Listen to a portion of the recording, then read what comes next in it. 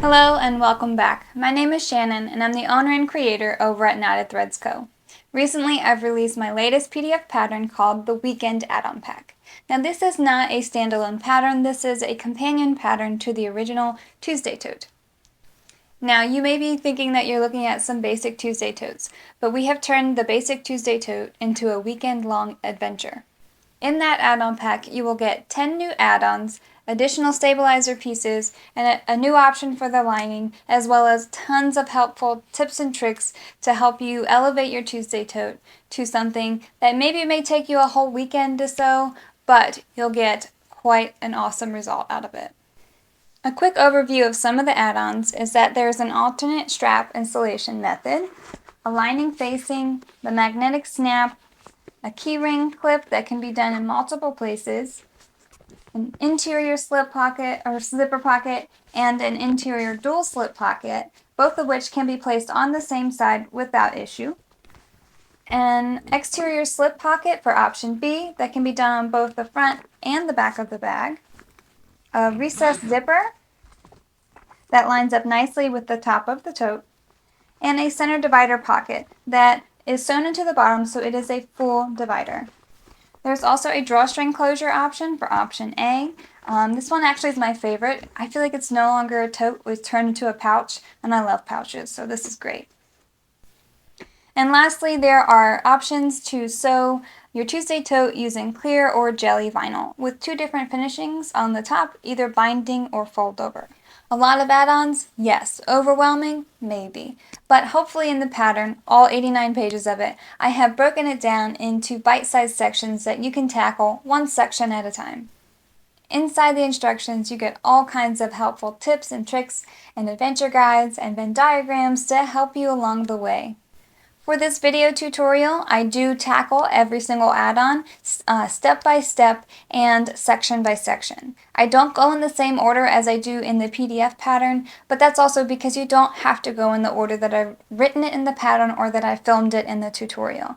You will choose your own adventure and take your own path. So hopefully that was enough of an introduction, so let's get to the video tutorial. To get started, we're going to do the dual slip pocket. Now for this, you will need either your interior piece or your lower lining piece. If you're doing lower lining, you do not have to have your lining facing sewn on just yet. I do show that in the pattern, but it's just because that's where I was when I was photographing the pattern, but it's not required. As a matter of fact, if you're adding the keyring clip or the recessed zipper, you actually want to wait and do that a little bit later, or at least that's my preference. You'll need your slip pocket piece and your slip pocket binding. Now, if you're using woven for your slip pocket, make sure that you follow the fusing instructions and the cutting instructions for the interfacing there and get that prepped and ready. If you are doing waterproof canvas like me, that's what these two are, you will need to follow the prep instructions there, which give you instructions on the measurement for the lines to draw on either side. And so that's where I'm at now in this process, and then we'll get started with the rest. Okay, so since I am using waterproof canvas, I'm going to be needing to use double-sided tape to fully fold over these edges and get them nice and crisp and stay together. If you're using woven, you would, like I said, fuse where I instruct you to, and then you'd fold over along those edges of the interfacing. So the non-interfaced edge of the fabric would then be folded over. For waterproof canvas, we're going to apply double-sided tape just along the inside of these lines between the line and the edge. So I have applied my double-sided tape here, and I do suggest that if you are sewing and you don't want the double-sided tape to be caught in your top binding seam allowance, that you leave your double-sided tape about a ½ inch in from either edge. I'm not too worried about that. When I'm sewing on my industrial, I don't really have an issue with double-sided tape. On my domestic, I do. So what I did is I left it, about a 1/4 of an inch away from either edge because I'm going to baste more than likely with my domestic. Do what you need to do, but if you are keeping it even a ½ inch in from either edge, you're still going to have enough adhesion of the double-sided tape in these folded edges to still execute the slip pocket properly. So you're going to remove these double-sided tape backings and fold in this raw edge here to match this line that you drew. So now that both sides have been adhered, I do recommend giving this a little bit of a press, especially if you're using woven and you've done it the way that I instruct for that. But if you are using waterproof canvas, you can still press this and give yourself a nice crease here so you're not fully dependent on this double-sided tape.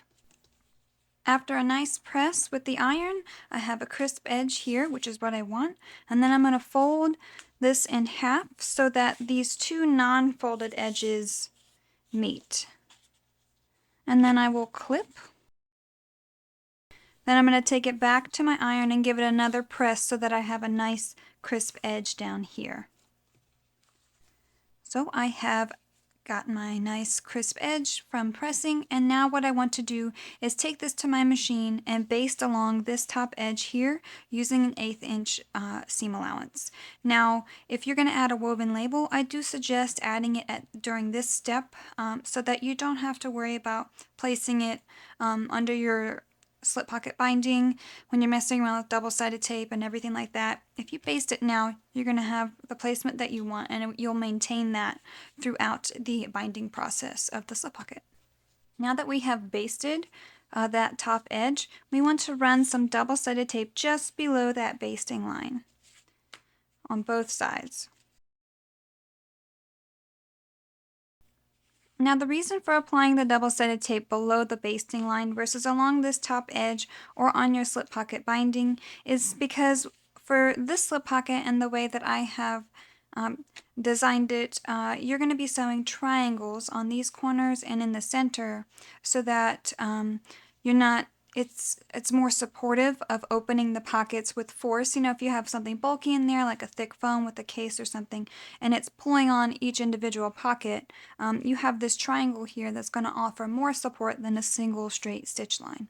Now, in the past, for other patterns, I have used rivets to be that support, but because this is also designed for beginners, I wanted to offer you an option that doesn't involve rivet placing or setting, because I know that a lot of people, especially early on in bag making, have a hard time with rivets. And so this is another option. If you have used rivets before and you would like to use rivets for this option, again, you can check out the Gaia or the Mayfield, and they have instructions for how to do that, instead of using the triangles for that support, you can use rivets. But for this one, like I said, I have triangles. So the triangle, though, is going to be top stitched along this top edge here when the binding is installed at about 1/8 of an inch from the top edge. And so placing your double-sided tape below your basting line eliminates the possibility of you sewing through it along the double-sided tape. So it's just a way of avoiding it, that's all. If you feel comfortable and you would rather apply it along that top edge, that's definitely something that you can do, but this is just the reason why it's placed there specifically. For the slip pocket binding, I don't have you do any edge painting for this add-on pack.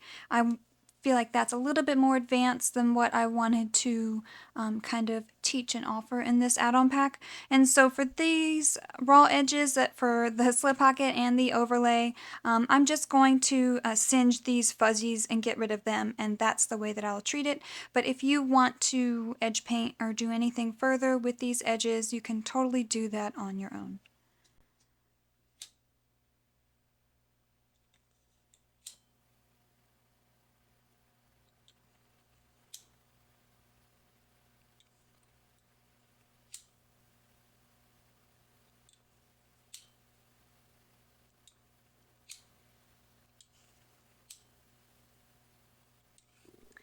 Once you're done treating those edges, you will then draw a center line along the length of your slip pocket binding, just like that.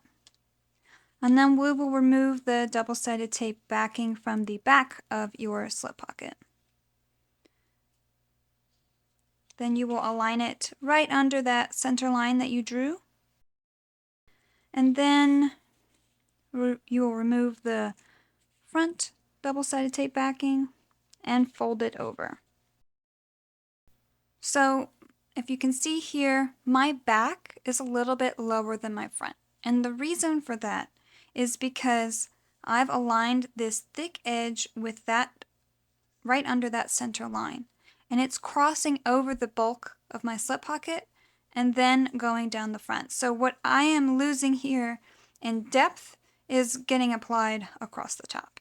And that's okay because, and the important thing is that the back is lower than the front. If your slip pocket front is dipping lower than the back, what's going to happen is you're going to top stitch along this edge and you're going to completely miss the back of this double-sided, or I'm sorry, of this binding. And so that's not what we want, right? We want to make sure we're fully enclosing this raw edge up here with this binding. And the only way to do that is to make sure all of these layers are sewn together. So when you are folding this over and double checking everything, just make sure that that's what you're getting. Make sure that as you fold it over, you're getting consistent depth of that fold, and you are not coming up shorter on the back side. And a quick way to verify that is to apply some sewing clips along this length and just reference them quickly visually. So I've applied them all in the same direction so that this curved edge is now all on the front and the flat edge of my clips are all along the back. And so it just gives me a quick visual reference to know if I'm in the ballpark of where I want to be. You do have a little bit of grace here because you're using an 1/8 inch double-sided, or you're using an 1/8 inch seam allowance from this bottom edge, but it's good just to make sure and make the adjustments now versus sew over this binding, leave needle holes, and then have to rip out your stitches and then maybe not be able to sew directly in those needle holes again, and you'll have little holes on your binding. So this is kind of where it takes it's worth it and it pays off just to make sure that it is done properly now. So my back is pretty consistent, my front is pretty consistent, and that's okay with me. And so now what I will do is at the machine, I will sew 1/8 of an inch away from this bottom edge, not this folded edge, but this bottom edge of the binding here. I'm going to only backstitch 1 to 2 times on either end, and I'm going to leave long tails, and I'm going to make sure that I backstitch neatly. Now, some people will question why I leave long tails and I backstitch, but it's because it's still neater at the end to do it that way. It's neater to pull the threads to the back of your slip pocket, knot them, and melt them or trim them, and then on the front you'll have a nice clean line of stitches. If you are backstitching and you trim, you may leave a little bit of that thread, and it's just my preference. But if you don't want to do it that way, you're more than welcome to do that, but that is what I instruct. So again, top stitch 1/8 of an inch away from this bottom edge, backstitch neatly, and trim neatly. So that top stitching is done. It's consistent on the front and the back, which is what I wanted. And now I'm just going to take care of these thread tails.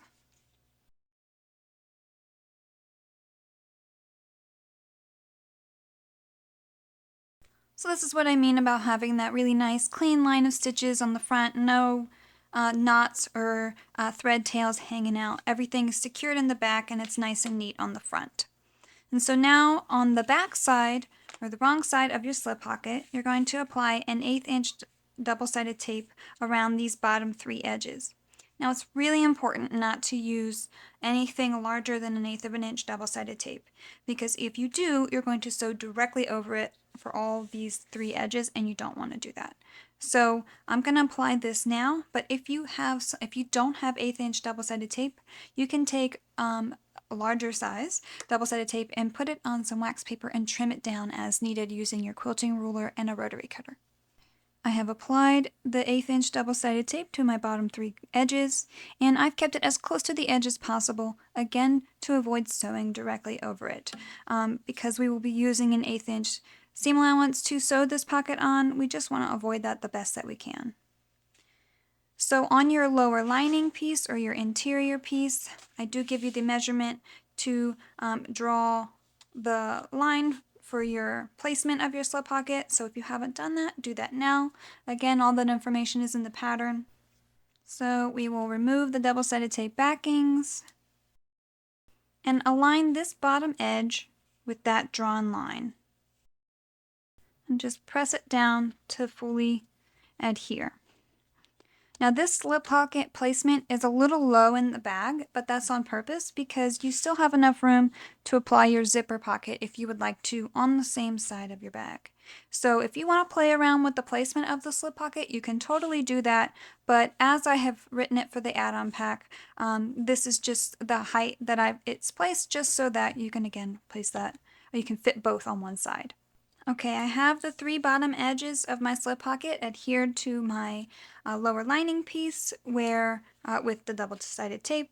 And so now, because we're going to be sewing those triangles, we want to draw them ahead of time so that we have that guide and reference lines to then follow and sew right on top of to make everything so much easier for us. So we will do that now. So the longer straight edge of your triangle is going to run parallel to this edge, this outer shorter edge of your slip pocket.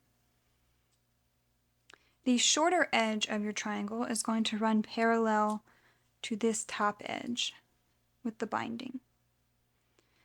And then the hypotenuse, or the long angled edge of your triangle, will then match with your top stitching line. Now this straight edge here is 1/8 of an inch away from this edge of your slip pocket, okay? So again, straight edge, 1/8 of an inch away, starting at your top stitch line and parallel to the short edge of your slip pocket. Short edge is then parallel to the slip pocket binding, and then your hypotenuse is that angled edge that matches back down at that top stitching line. So at the machine, when you put your needle down, you're going to put your needle down in this bottom point of your triangle. And then you will sew along this hypotenuse, or that long angled edge. Then the short edge, and then continue sewing straight down this edge here, along this bottom, up this top edge to the top point of this triangle. Then along that short edge, and then down the hypotenuse so that you finish your stitching right into the hole here, or right at the top stitching line on your slip pocket binding. It seems a little confusing. It's way easier to read in the pattern than it was for how I just explained it. But you have all of those really detailed pictures in the pattern to help explain to you. But again, you're just going to start at the bottom angled edge, sew up, out, and down. And for this side, or whichever side you start on, and then you'll do the opposite and end at the last point of your triangle on the other side. Okay, I've got my lapel mic on, so hopefully it isn't too loud and distracting. But I have my slip pocket angled just like this on my machine, where my needle is down in the bottom point of the triangle, and I'm angling it so that I'm going to sew straight along this edge of that hypotenuse, that angled long edge of the triangle. I'm going to stop with my needle in the down position once I hit this top innermost point of the triangle. So once my needle is down, I don't know if you saw, but I did hand crank into that last little section of the triangle. You know, your stitches are not going to be 100% perfect on this, especially the first time you do it. But once I've done it to where I'm at that top point, so once I've pivoted, this is when I like to pull my thread to the wrong side, and I just lift this up, and I pulled my top thread up so that I make this loop, and then I will pull this loop down.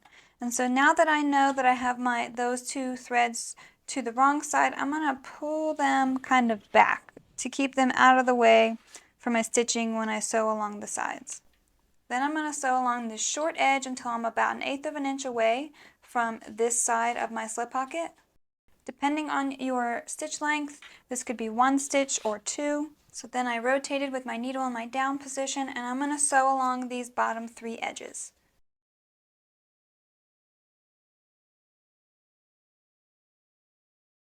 And again, I have stopped with my needle in my down position in the top corner of that triangle. I'm going to rotate, sew along the short edge, and then finish again in the bottommost point of my triangle, which should be that 1/8 inch top stitching that we did along the slip pocket binding. So we've just finished stitching those triangles and those bottom 3 sides, and so you just need to pull these threads to the wrong side and then knot these two together and trim the threads or apply fray check or glue. However you need to do it, secure your threads so that they're never going to pop through the front. Back on the right side of your slip pocket, you'll then draw a center line down on the slip pocket part, not on the binding part, but just on the slip pocket. Once you have drawn your center line, then right above that line, you're going to connect it to your top stitching. Then you're going to draw, now we used a different kind of triangle for the sides that we're going to use for the front.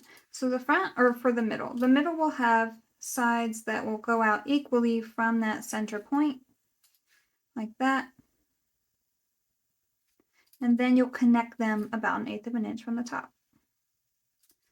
So it's as if we put those two triangles back to back. So there is the triangle. It's not very neat. It's okay. It's not a big deal. It doesn't have to be perfect.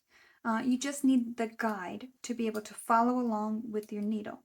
So we're going to start at the bottom here at this 1/8 inch top stitching line. We're going to back stitch neatly, starting with long tails, go all the way up to this top stitching line here on the binding. We're going to leave our needle in the down position, pivot, sew up either side, it doesn't matter which one.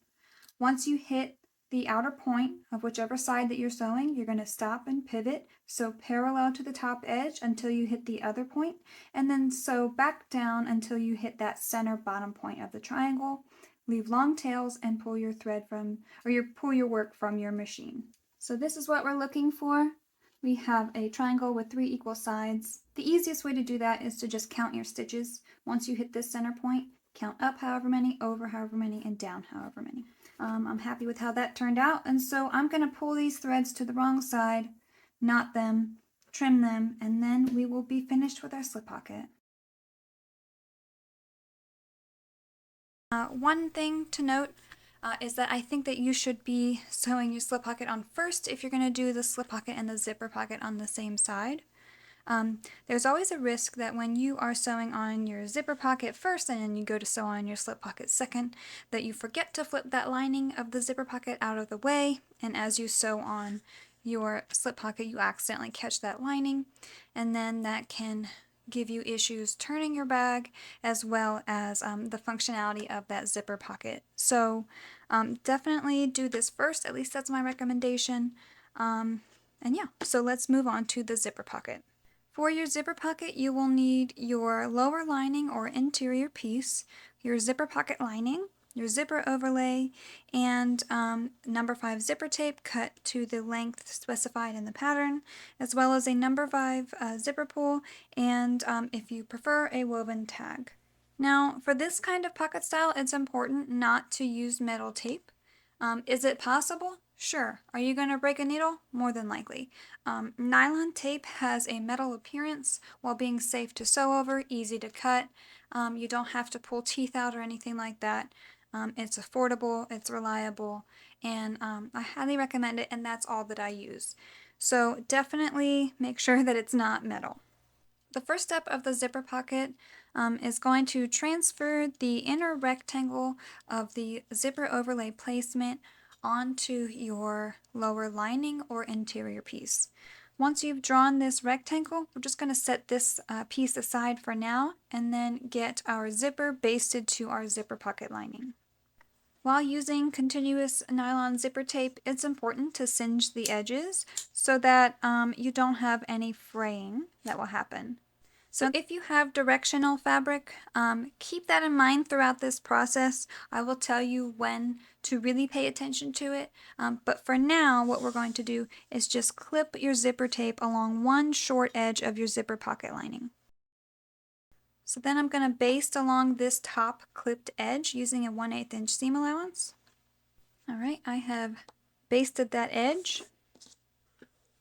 And then I'm going to bring this free edge here and match it up with my other free edge of the zipper pocket lining.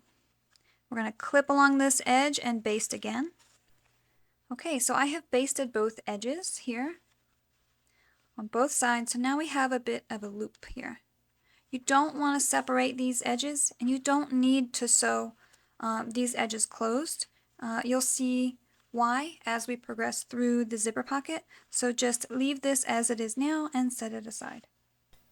So on your zipper overlay, again, you want to finish these edges just by singeing them, or if you prefer to edge paint and you already have that skill, you can definitely do that. For this pattern, I am not. And on the back side of your zipper overlay, I like to do 2 parallel rows of 1/8 inch double-sided tape along either long edge. And this just kind of helps it so you don't have to peel away the lining in a future step to expose the double-sided tape. You can just only expose the tape you need at the time that you need it, and then you can pull away the backings later for that next part. So once you have placed your double-sided tape on there like that, then you will pull the outer backings off, just the upper and lower ones. Leave those middle backings on. And on your lining piece, be it a lower lining or interior, you're going to take your zipper overlay and just align it right over that rectangle that you drew.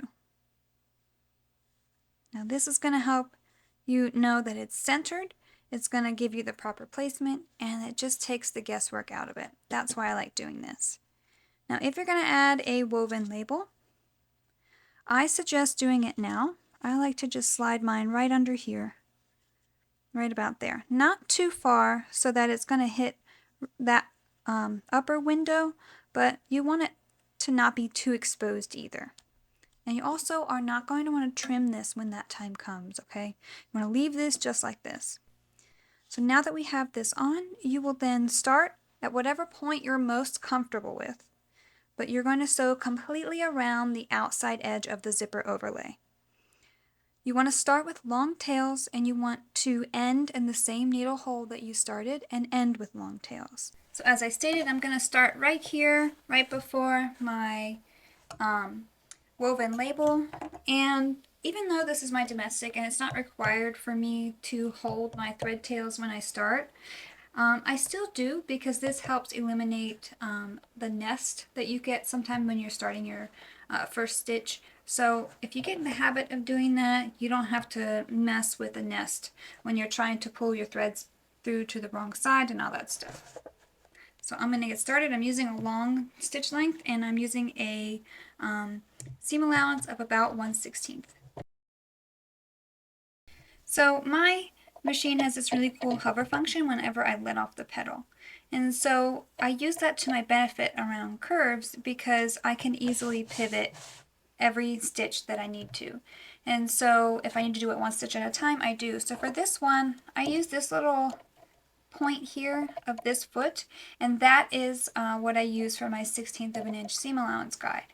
And so every time that I need to pivot while it's hovering, if your machine doesn't hover, just lift your foot up slightly, then reposition it to whatever the guide that you're using for your seam allowance is. Let's say you're using an 1/8 of an inch, and you would maybe use a different inside marker of your presser foot.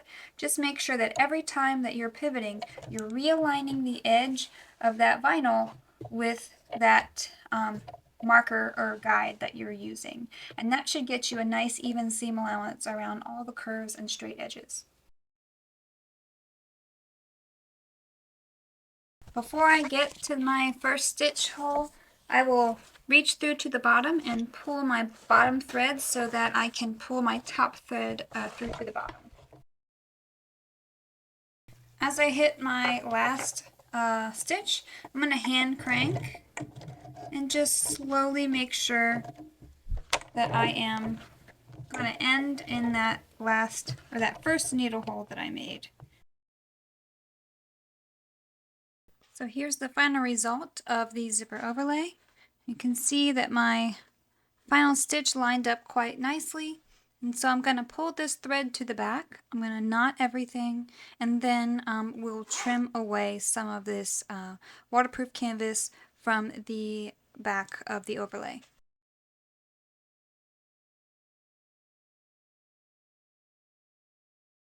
So now is where not having that double-sided tape attached to this the overlay up here is helpful, because we're going to cut a slit in this window. And I didn't go all the way to the edge here. You want to leave about a 1/4 inch to 1/8 of an inch of a gap between the edge, the cut edge of your slit, and that top stitching.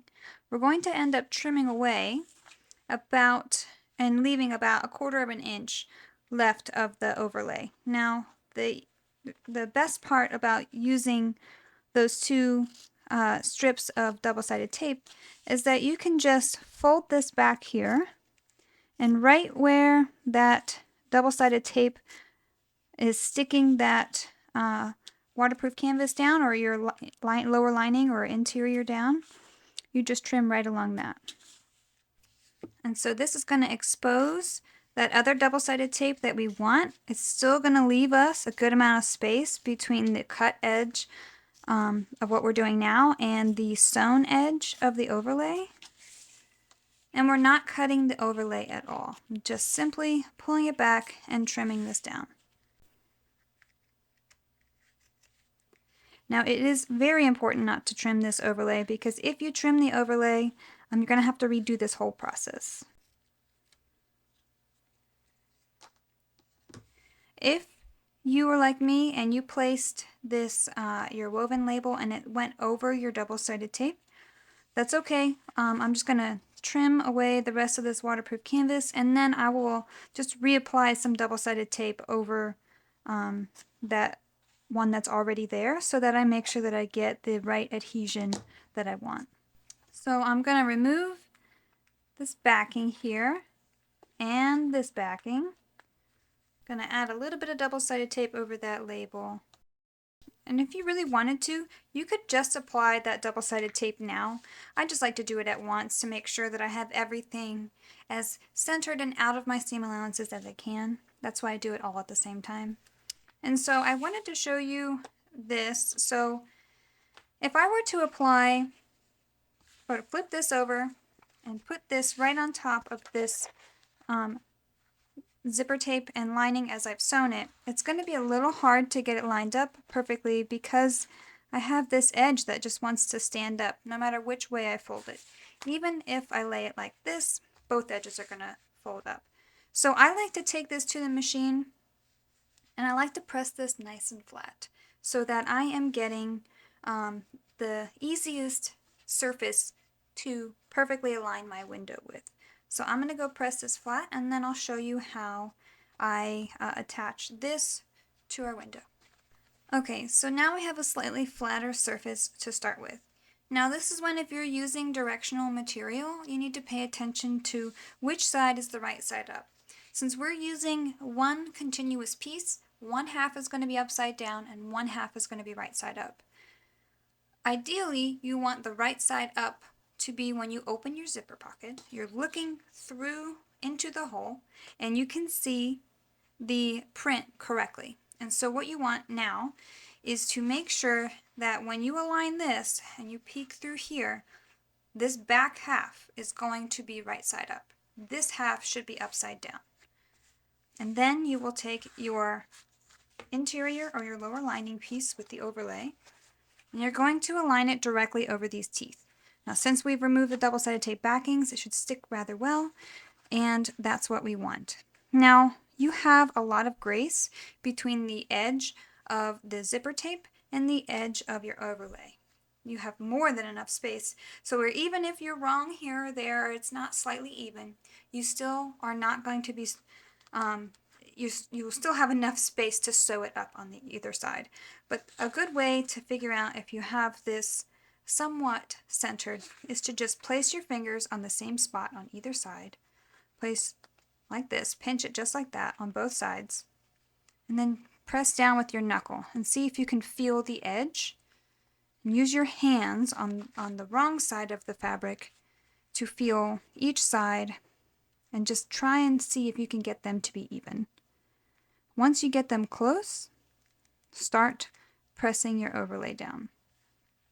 Now, this takes some time and practice to get this aligned nicely, but I just suggest starting somewhere. So press it down and then readjust. At least get it on there. You know that you've got a good space on either side of your overlay, so now we can work on the height. So I like to go with the non-folded side first, and then I'll fold up the bottom and make that one as a non-folded side. I don't know if that made sense, but we're going to give it a go.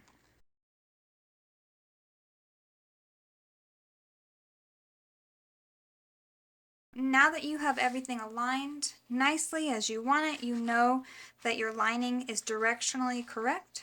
We're going to flip up that lining, make sure everything is pushed up there, so when you look at the bottom side, you're only seeing this edge right here. There's no fold or anything like that. And so what we'll do is we'll top stitch starting about 1/8 of an inch before this bottom window, and we're going to top stitch along this edge until you hit about 1/8 of an inch past that bottom window. We're only doing this bottom seam here. We're not going to backstitch. We're going to leave long tails at the beginning and the end, and then we will pull them through and knot them, and we'll move on from there. Okay, I have sewn that seam. I've left long tails, and now I'm going to pull those top threads to the back side, knot everything, and then we'll move on.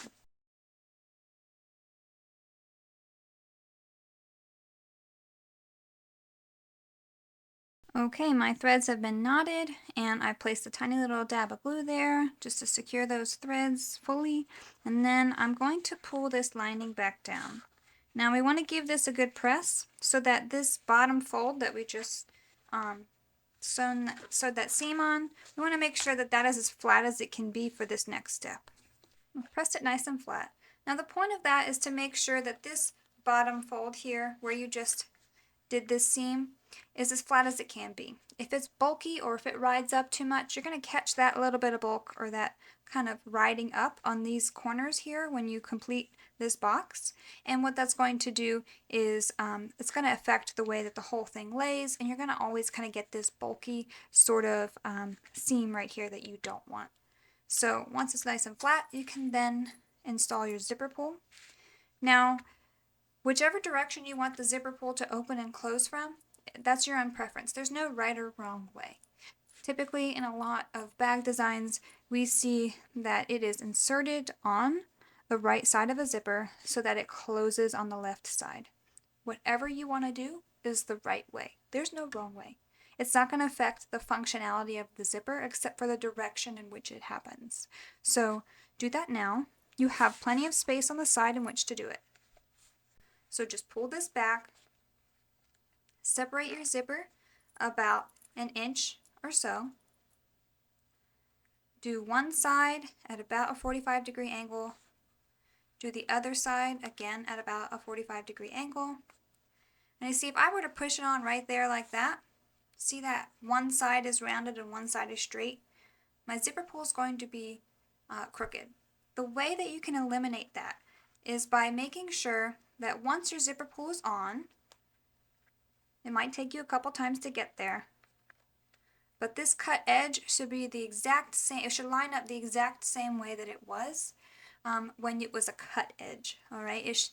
Now that I've put the zipper pull on, I want it to be just like it was before the zipper pull was inserted, and that's going to give me an even gap when I pull it on. And I'll show you.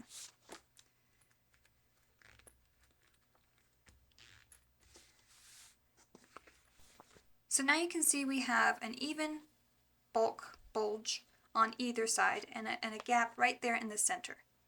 And that's what we want. If it was crooked, the zipper pull would be pointing up one way, down another way, or the bulges would be uneven, and that's not what we want. This just gives your bag an even more finished appearance, but your zipper will still function correctly if it's crooked. It's just personal preference to correct it. Once you've got your zipper pull on there, you don't want it to be any further than about halfway. Then you're going to start down here in the same needle hole that you started on. Sew up this short side along this top side and down this short side again to end in the needle hole you started in. We're going to again leave long tails and then we'll knot them on the back. So the point of only putting that zipper on about halfway was so that as you reached about halfway here, this is about where your foot would be when you encountered your zipper pull. Then you would lift your foot up slightly, slide your zipper pull past, put your foot back down, and continue on to finish that seam. And I just tell you that so that you have enough room to actually zip your pull past without having to do that right at the beginning and have an open set of teeth down here. You have a closed set of teeth.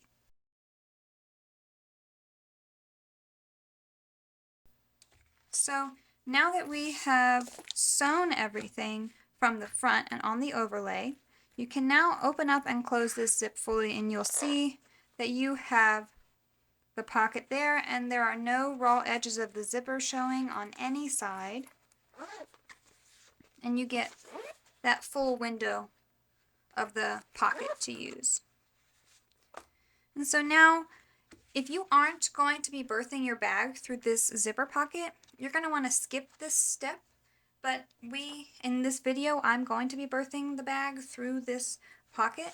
And so I'm going to cut this bottom edge using this fold.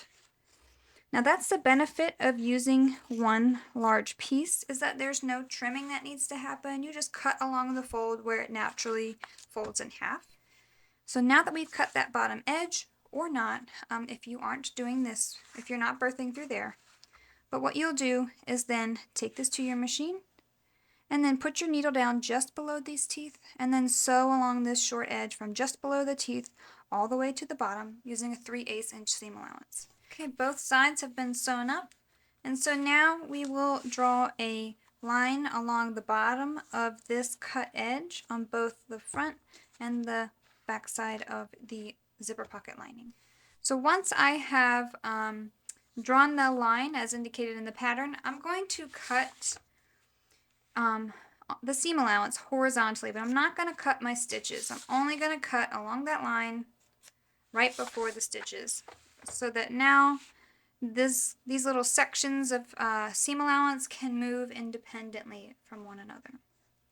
And so that's what we want. So we're going to take this, I'm going to go press this open, but before I do it, I'm going to show you what I mean. So we're going to open this up like this. We're going to fold it over to match that cut edge here on the seam allowance. And then we're going to fold the rest of this up to match that line that we drew. And we're going to press it in place as we do it. You may find it easier just to do the edges like this. Don't do the corners yet on both sides.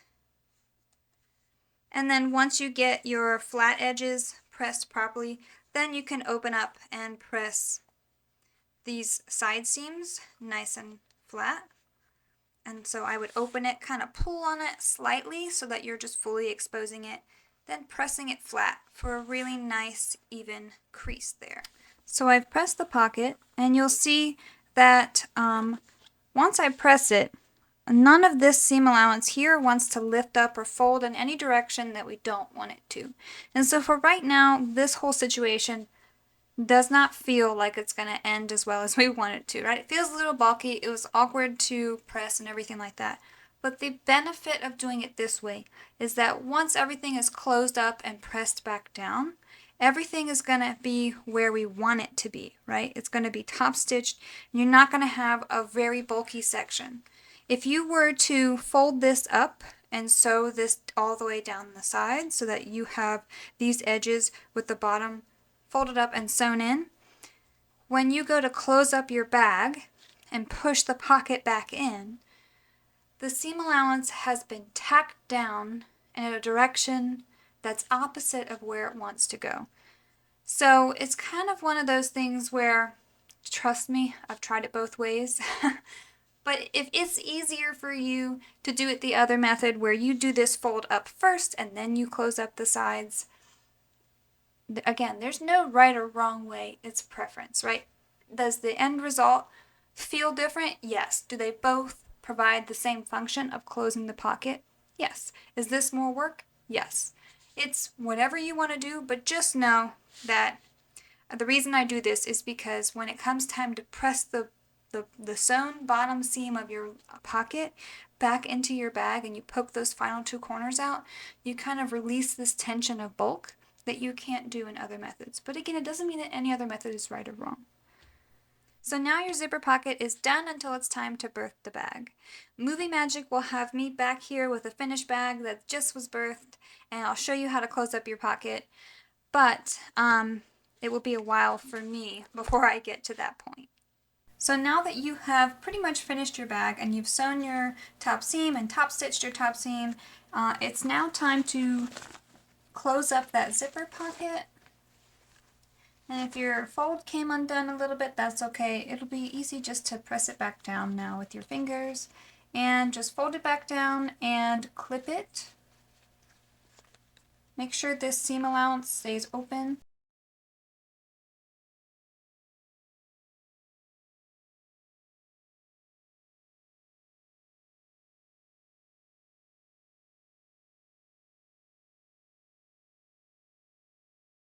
So now that you have clipped that seam, it's as simple as sewing from edge to edge using a 1/8 inch seam allowance. So once I've sewn that seam, I'm just going to press this back into the bag. And then what I'm going to do is once I get down to those bottom corners, they want to initially stick into the bag a little bit and just press them down a little bit. Since you have that bulk there in that corner, you have something to kind of press down. But as you press down, you'll see it'll resist at first, but then pretty much all the bulk will go back into the bag versus sit at the end or bottom corner of your pocket there. It'll be below that. And so you'll have a nice even seam along the bottom of your pocket. And then you can press your bag.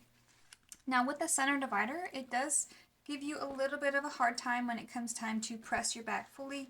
I do recommend shoving it kind of full with towels so that you have almost like a brick in which to press, and then you can use a pressing cloth to really give yourself as much of a nice finished edge inside as you can. You'll have a little bit easier of a time pressing option A than you do option B, but you can still get there in the end. It just takes a little bit of time. For the keyring clip section, you will need your keyring strap, a rivet, and a snap hook. Now, you don't need to use a circle snap hook. That's what I used in the pattern, and I believe that most of my testers also used a circle snap hook, but it's not required. Any snap hook will do as long as you can attach it to the end of this and you can clip keys onto it. So it doesn't really matter which size you use. The pattern has in the cut list, it has options for 4 different sizes of hardware, so you just need to make sure that the piece you cut matches the width of the hardware that you're using as far as what those measurements say. And then if you're going to sew it into the lining facing, you're also going to need an additional rivet and a rivet stabilizer such as Decoville Light. For your keyring strap, you will need to draw a center line along the wrong side of your strap. Now, how far in you need to measure to find the center line is going to be dependent on the width of the strap that you cut, which is then dependent on the hardware that you're using. So just make sure that you reference the pattern on the cut list as well as step number 2, which will give you the distance in that you need to measure for the offered sizes. And so once you get that center line drawn, then you're going to apply double-sided tape here, either along either side or both sides of that center line. If you're using 1/8 inch or if you're using a 1/4 inch, just apply it right on top of that center line. Then you're going to remove both of those double-sided tape backings and you will fold both long edges in to meet that line down the center.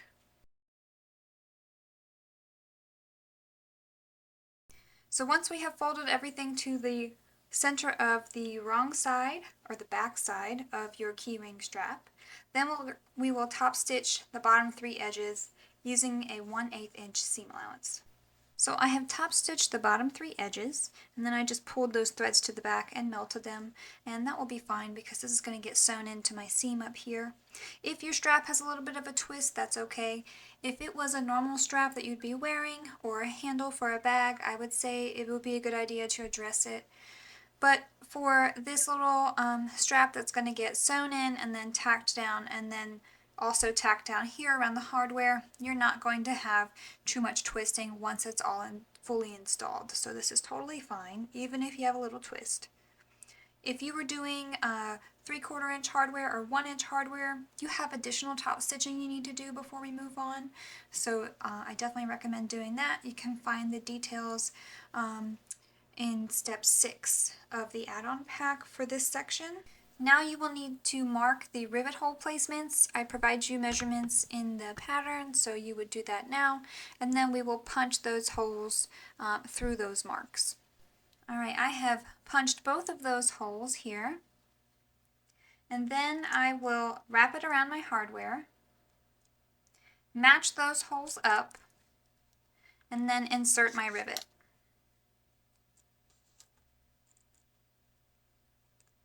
Now that the rivet has been inserted, I can just go ahead and press that to fully collapse it in on itself, and it will be good to go to now install your keyring clip into your lining. Okay, I have set that rivet and that is good to go. So then if you were going to be sewing this into the side seam, you would simply measure down from your assembled interior. So it's either a fully like a regular interior without the lining facing, or after the lining facing has been sewn on. You'd measure down from the top edge the distance that I tell you, clip your keyring strap down, baste it on, and then sew like normal. The only difference from that point on is that you won't trim the seam allowance where the keyring clip is, you will trim around it. And before we sew this into the lining facing, we have a couple things that we have to do first. So there are some marks that you have to put on your lower lining, which is on the front and the back. And then just below that mark on the back side, you want to fuse that rivet stabilizer about a 1/2 inch down from that top edge. Once you have fused that rivet stabilizer, then you want to draw a horizontal line on your keyring strap as I instruct in the pattern. And then you will line up this horizontal line. I know that's really faint and a little hard to see, but there's a horizontal line there, and once you line that up with the top edge of the lower lining, you also need to make sure that it is aligned with that line that you drew as well. And so then clip that in place and just baste this on using a 1/8 inch seam allowance. Once everything has been basted on, mine did travel a little bit, that's not a big deal at all. So then I will place my lower lining on top and then clip along this edge. So then once you have clipped that edge, you will just continue on as normal in the lining facing section. Now, for this video tutorial, because I'm trying to keep it as kind of organized as I can in some way, it's a little hard to show you the lining facing all by itself because I'm trying to incorporate all the add-ons into the least amount of bags that I can. But the process for sewing the keyring clip into the lining facing, as far as sewing the lining facing, it's the exact same. It just we're going to do a couple extra things to the keyring clip. So you will be sewing, you'll clip along this top edge and then sew it with a 3/8 inch seam allowance. Once we finish with that, we'll top stitch it, and I'll just show you what everything looks like and where the seam allowances will be pointing when we top stitch. So after sewing that top seam using a 3/8 inch seam allowance, then you will be pointing the seam allowance down and pointing the keyring clip up. Now for a normal lining facing seam, that's exactly how we do this. We always want the vinyl to try to be folded over the least amount of times because that's our bulkiest material. And so again, it will be pointing down here. And then what we'll do is top stitch along this folded edge using an 1/8 inch seam allowance. Before I do that top stitching, I'm going to press this as nice and flat as I can so that I just have the nicest, crispest edge to work with. Alright, so we top stitched this, and during that top stitching the keyring was left up, and that way when we go to install our rivet here, it will be this side down. So what you'll do now is you will place a small amount of double-sided tape under that top stitching there. You don't want it to be a lot, but you do want it to be enough to hold it securely. You just don't want it reaching outside of the width of your hardware or of your strap. So we'll remove that double-sided tape backing and then fold this down to then press down onto that double-sided tape. Now if we look on the back side of this, we'll see that the rivet stabilizer should be underneath our strap once folded down. That's exactly what we want because the rivet's going to be going through all of those layers. Then you will measure down 3/8 inch from this top fold. This doesn't have to be super duper accurate, just do the best you can. And then make a mark centered, and then you're going to press a hole through that. Now you may find it easier to use a hand punch or something that isn't a clamp punch, like a rotary punch for this, just because it's kind of far into your fabric. But however you need to punch your hole, just make sure you're punching it straight down and nothing is shifting throughout that process. So that hole went through all layers and it's still centered on my rivet stabilizer. So now all I will need to do is insert and set that rivet. And now your keyring clip is all set and ready to go. For the lining facing, I've already done this one in the keyring clip section, but I'm just going to walk you through it again here and then walk you through how I will work on the side seams for the lining facing. So the first thing you'll do is mark your centers. In the keyring clip section, I did not do that. I do recommend doing that, so I will do it here. But you can always just eyeball it and hope for the best. That works out a lot more than we think it does. Now I make note of this in the pattern. If you're using directional material for your lining facing, make sure that you are notching or marking that bottom of the material so that when you place it right sides together with your lower lining and you clip this and you sew it, when you flip it back up, it will still be oriented properly. Clip along this edge and then you'll sew this seam up here using a 3/8 inch seam allowance. So once you have sewn that seam, you want to open it back up like this and have all that seam allowance pointing down. You want it to point to the bottom of the lower lining. And then you will press this nice and flat so you have a nice flat surface to sew on, and then you'll top stitch on the waterproof canvas side using an 1/8 inch seam allowance so that we make sure that we catch this seam allowance down here all down below.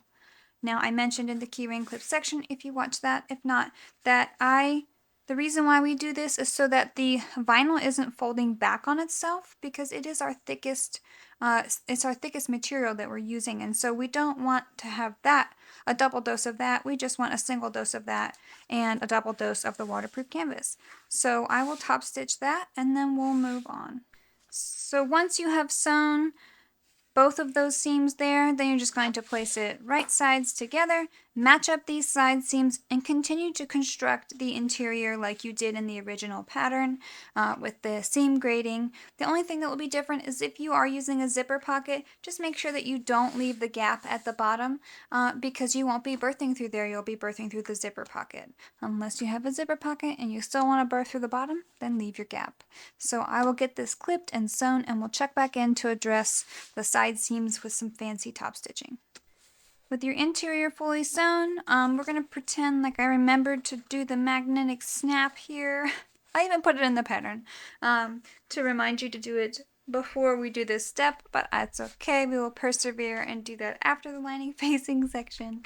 So what you'll do now is you want to see if you can open up this seam as best as you can using your iron. If you cannot, a finger press is fine. We're going to use some double-sided tape to open this up fully, but it is a good idea to see if you can open it up at all with your iron. So I'm just going to do that here, mainly on this seam, and that way I can just get it as open as I can. And then I'm going to apply some double-sided tape along this outer edge here on the lining facing section and just open it and press it so that I have a nice flat seam here. So I'm going to remove the double-sided tape backing and just press it, the seam allowance, to the lining facing. I didn't put any double-sided tape that far down, and I actually kept it from my top edge a little bit just so that I can, the least amount that's going to get folded back over on itself, the better. And so now we will go to the machine. You can clip this open if you want to help keep it nice and to help keep it open for later. But we'll go to the machine and we're going to stitch, top stitch, down this seam, across this top stitching, and back up this seam, just so that we can keep that seam allowance always open. Alright, this step is a little hard to show you on the camera, so hopefully you can see it well. But again, we're just going to be top stitching down this side, across this top stitching here for the lining facing seam, and then back up. Now before you reach the seam down here, it's a good idea to just reach under and feel to make sure everything is laying flat and open so that you don't accidentally catch something folded over and then you have an even bulkier seam than if you wouldn't have done this at all. Once you hit that top stitching, stop and pivot. This doesn't have to be perfect, but the closer you can get it, the better. You're going to stitch just about 1/8 of an inch past that seam and then sew back up. So both lining facing seam allowances have been top stitched down on both sides, and that's what we want. And in the add-on pack I tell you that to trim before we did that step. It doesn't really matter. I just sometimes I do it before, sometimes I do it after. There's no change to what you're going to be trimming, and it doesn't really matter when you do it. So I'm just going to do it now. So I'm going to trim from just above this seam allowance here all the way up, and then just right below that seam allowance there on both sides, and I'm going to trim along the bottom, and I'm going to trim this seam right there.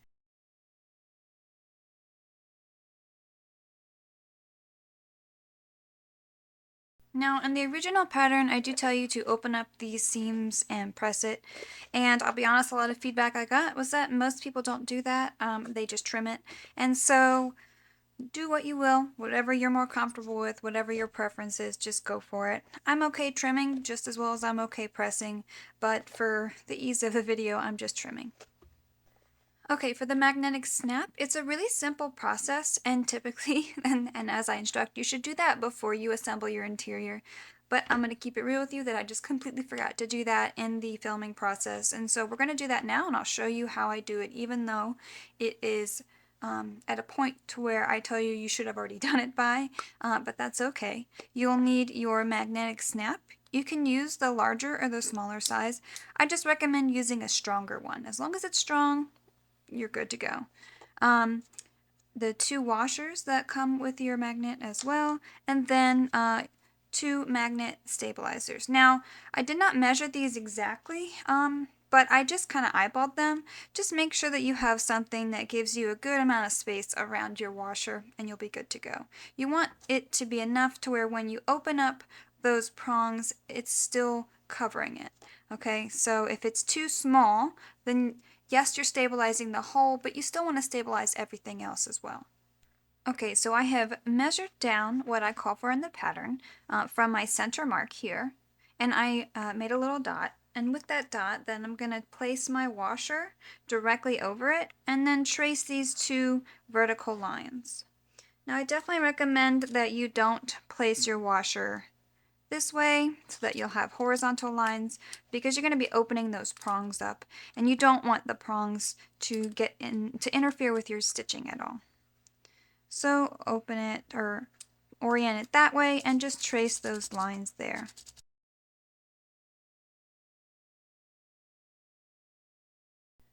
You also want to do the same markings on the non-glue side of your stabilizer. This is Decaville Light here that I'm using, but you can use pretty much any medium to heavyweight stabilizer to support your magnets. But just make sure that you are centering it right in the middle there so that, again, you're getting that full coverage of stability. So now that you have drawn these vertical lines, you need to cut little slots through every single one. Now for this, I'm using it's like a sewing X-Acto knife, really. It is considered like a surgical blade seam ripper, but I don't really use it as a seam ripper because it's so sharp that I feel like it is too dangerous, and it's too much of a risk for me to ruin my work, so I don't tend to use it for that, but it's great for doing things like this, where I need sharp, precise cuts that don't require a ton of effort. Now that you have cut all of your slots, you'll need to insert your magnet through the right side of your fabric through those slots. So it doesn't really matter which one that you put on which side. I tend to like to have my female piece on the back side of my bag. It's just my preference. And then the male piece on the front part of my bag. And I always keep my zipper pockets on my back side, so that's why I have it oriented like this. And so once I insert the prongs through, I'm going to take my Decaville light piece here and insert that glue side down right through those prongs as well. Then the washer on top, and then I will open it. Now you see I didn't fuse this. You can fuse it, but I think that you can also fuse it right after and it's just as effective. You're going to be fusing while you're pressing anyway at the end of your bag and all that good stuff. So I just fuse it then, and I don't have to worry about measuring and lining up this stabilizer. I can just cut the holes, insert it, and fuse it after the fact. So once you've installed your magnets, I recommend putting a little bit of duct tape on over the prongs just to protect it, or protect the fabric it lays against over time, since those prongs aren't really sharp, but they are metal, and metal will wear away that material over time. This is 1/2 inch wide duct tape. I get it on Amazon. I find it really useful for hardware.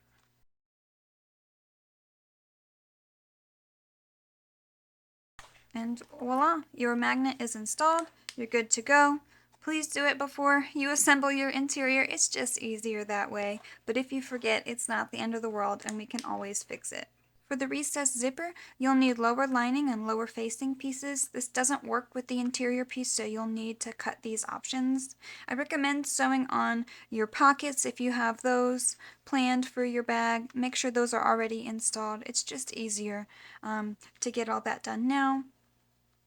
You'll need your 2 zipper placket pieces, your length of number 5 nylon zipper tape, your number 5 zipper pull, and then a zipper end that you will install once your bag is pretty much finished. To finish your zipper tape, you'll need to make sure that you're starting with a nice straight cut edge, and you'll need to use a lighter to singe and melt these edges so that you don't have any fraying in this process. And so what you'll do is you will separate it about 1 inch, maybe a little bit more. Then you're going to take this flat edge right here on the top, and you're going to fold it down to meet this side edge of the zipper. Okay, just like that. You want to have even edges there, and you want this top to come to a point. Then you're going to take this whole thing and you're going to fold it back on itself, so this edge and these 2 folded edge, they're all parallel and aligned. And so what will happen is you'll get this fold here that's going to butt right up against those zipper teeth, and that's exactly what you want. Then you'll take a pin and you can pin it in place. My pin is not sharp. Let's get a new one. So I'm going to do that again. So you'll have this flat edge right here, and you're going to fold it down to match up perfectly with the side of the zipper tape.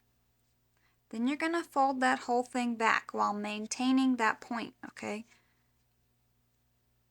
You're going to pinch it all together there so that all 3 of those sides are aligned, and then you will pin it in place. So then you will take it to your machine. I like to have it facing this way so that I can put my needle down right here use 1/8 of an inch seam allowance, and just baste it in place a couple times. That way I can secure that fold. I know that I'm catching that point in there where I need it to. I'll even take my seam ripper and just point this in right at the beginning so that my presser foot holds it in place, and then I'll sew. Again, I'll just baste a couple times back and forth, and that will hold that fold for me. And then when we sew this zipper using a 1/4 inch seam allowance, it's going to be tacked down, and on the wrong side you'll see this fold, but you won't see that from the outside. And so you'll maintain this really nice fold.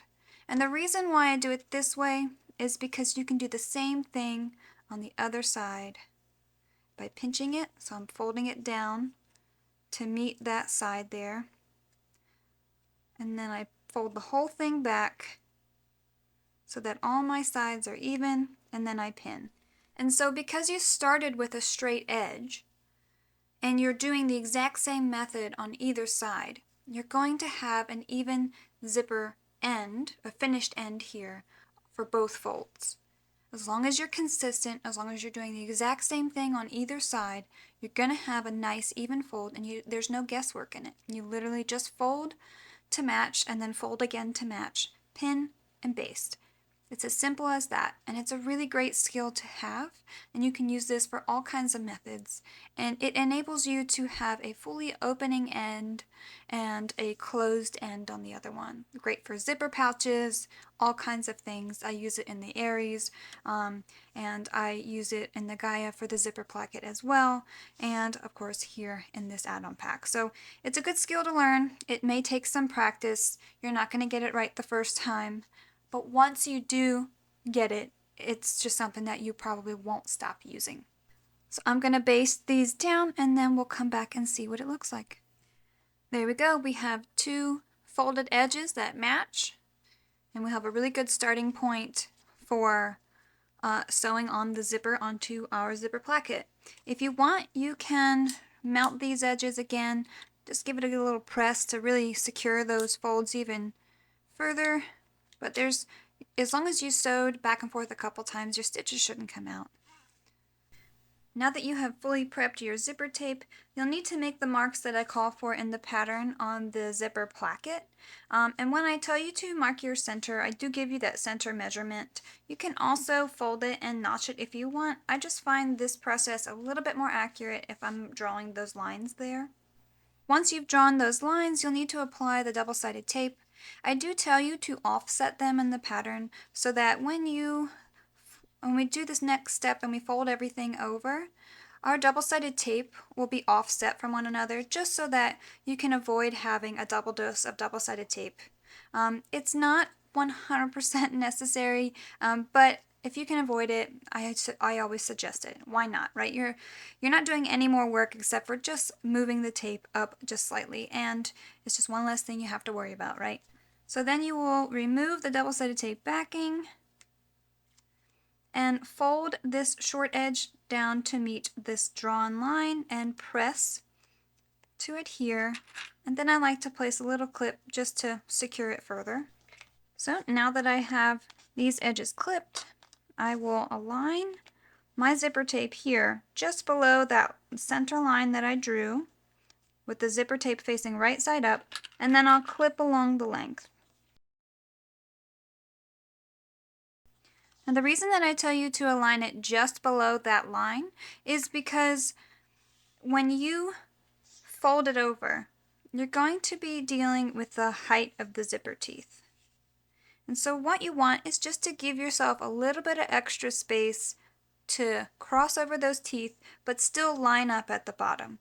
And so aligning it below that mark that you do will give you that extra space in which to do it.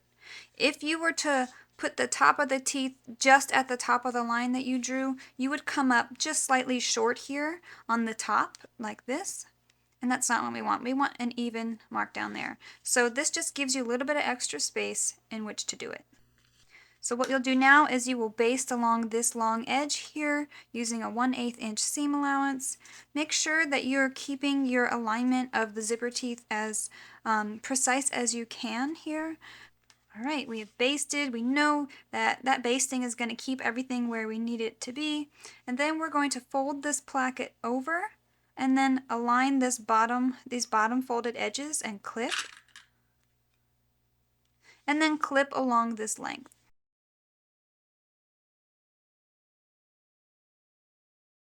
Okay, now that we have clipped that edge, we'll just sew along that clipped edge using a 1/4 inch seam allowance. Make sure you backstitch well at the beginning and end because we're going to be pulling on those seams a little bit, and then we'll check back once that's done. Alright, I have sewn this edge, and admittedly, my preference for zipper plackets is not to use a 1/4 inch seam allowance. I know that I call for it in the pattern, and you can definitely do that. But if you feel more comfortable using something slightly bigger, this one is technically a 5/16 seam allowance. It's just the edge of my zipper foot, which I've just found to be the most pleasing look or seam allowance, so that's what I use. As long as you're consistent on both sides, it's okay. I don't recommend jumping up to a 3/8 inch seam allowance, especially if you're a beginner, because it's a little harder for you to manage the top stitching and everything like that once you hit those the top stitching. And so I just recommend sticking with about a 1/4 inch, and that's why I wrote it that way in the pattern. But for me, I did use a little bit bigger. So the first thing you're going to do in the trimming process is remove some of those basting stitches from about an inch from each edge. I did backstitch on mine. I tend to do that when it's something like this where I want to just make sure that I secure placement like kind of permanently. And so I'm just picking those out.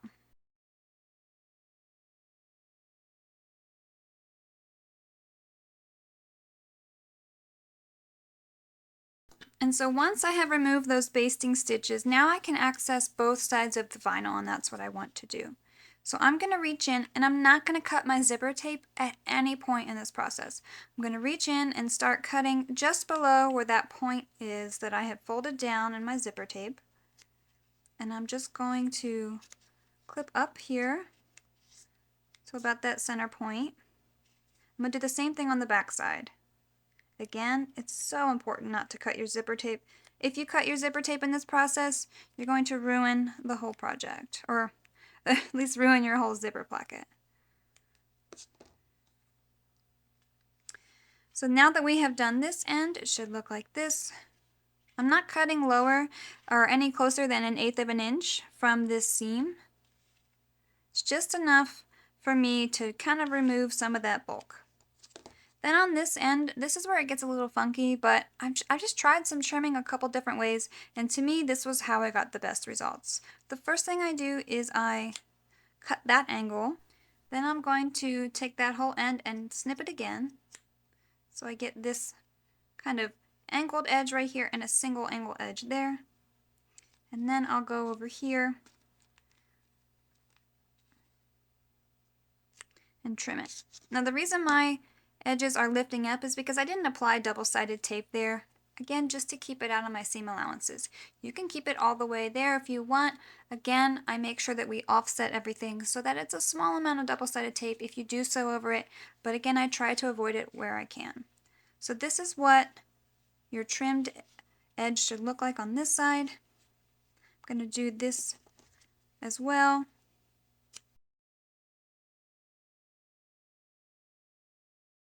Okay, it was at this point that I realized I totally forgot to do that second row of stitching here. And so I was getting ready to just kind of go back and to do a whole nother side and redo everything. But I want you to see that this is why I tell you to do this second row of stitching here. So when we fold this back out and we pull on these stitches, you see my white thread is coming through and you can see it, right? And so with that second row of stitching, it kind of eliminates that. So you are supposed to do it right after you sew this seam. I've said this before in my other videos. I'm not a professional. I mean, I guess I am a professional, but I'm not great at the video tutorials. I get so worked up trying to film. So I'm going to go back and just do that stitch line right there, and then you'll see the difference between before and after. Alright, so I went back and I did this second row of stitching. You're supposed to do that right after your first row. I apologize. And then we're going to turn this right side out, and you'll see that it doesn't completely eliminate stitches from showing through if you pull hard enough. But it does just relieve some of the pressure off of that first row of stitches so that you can fully expose your zipper. You don't have to worry too much about those stitches showing as much. It's just a tiny step that does make a difference. It's worth doing, and it's something that's going to be pulled on all the time, so why not just take that extra step and give it a little bit of extra security and all that good stuff. So now that we've exposed it, we're going to clip around this edge here.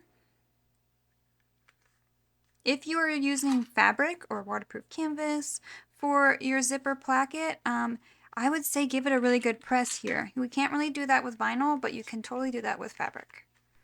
And then we're going to top stitch around all 4 edges to just fully close it and make it one piece. Okay, we have top stitched around all 4 edges. I like to start my top stitching kind of right here on one of the raw edges so that all my back stitching is kind of hidden in the seam allowance when we sew this into our lining. And so now we're just going to do this whole process again for the other side. Now I like to keep my zipper teeth together when I do this process, so I'll just push it back like this. Just pinch it through and it'll go right back together. You see, we're not installing the zipper pull at all in this process. We just don't need to. And I like to keep it together just so I can visualize everything once it's sewn. And then once both of the zipper placket pieces are sewn on, we will separate the teeth. So on your other zipper placket, you'll repeat the same process, but this time you're going to put it on the opposite side. So now that you have clipped it on, you're just going to do the same exact process we did for this half of the placket, but on this side now. And so I will baste, flip it, sew it again, trim it, turn it out, and top stitch it. So now our zipper plackets have been sewn, then top stitched, and they're good to go. So now we can separate them. And we will mark the centers within the seam allowance. Now that both centers have been marked within the seam allowance, we also need to mark the centers of our lower linings and the bottom of our lining facings. Alright, I've cut all my center notches out where I needed them, and I'm going to set this part aside, one lower lining and one lining facing. So the first part of this next process is going to be figuring out the direction in which you want your recessed zipper to close. My preference is for all of my zippers to function in the same direction. So if I'm doing a recessed zipper and an interior zipper pocket and a center divider, all of the zippers are going to close in the same direction.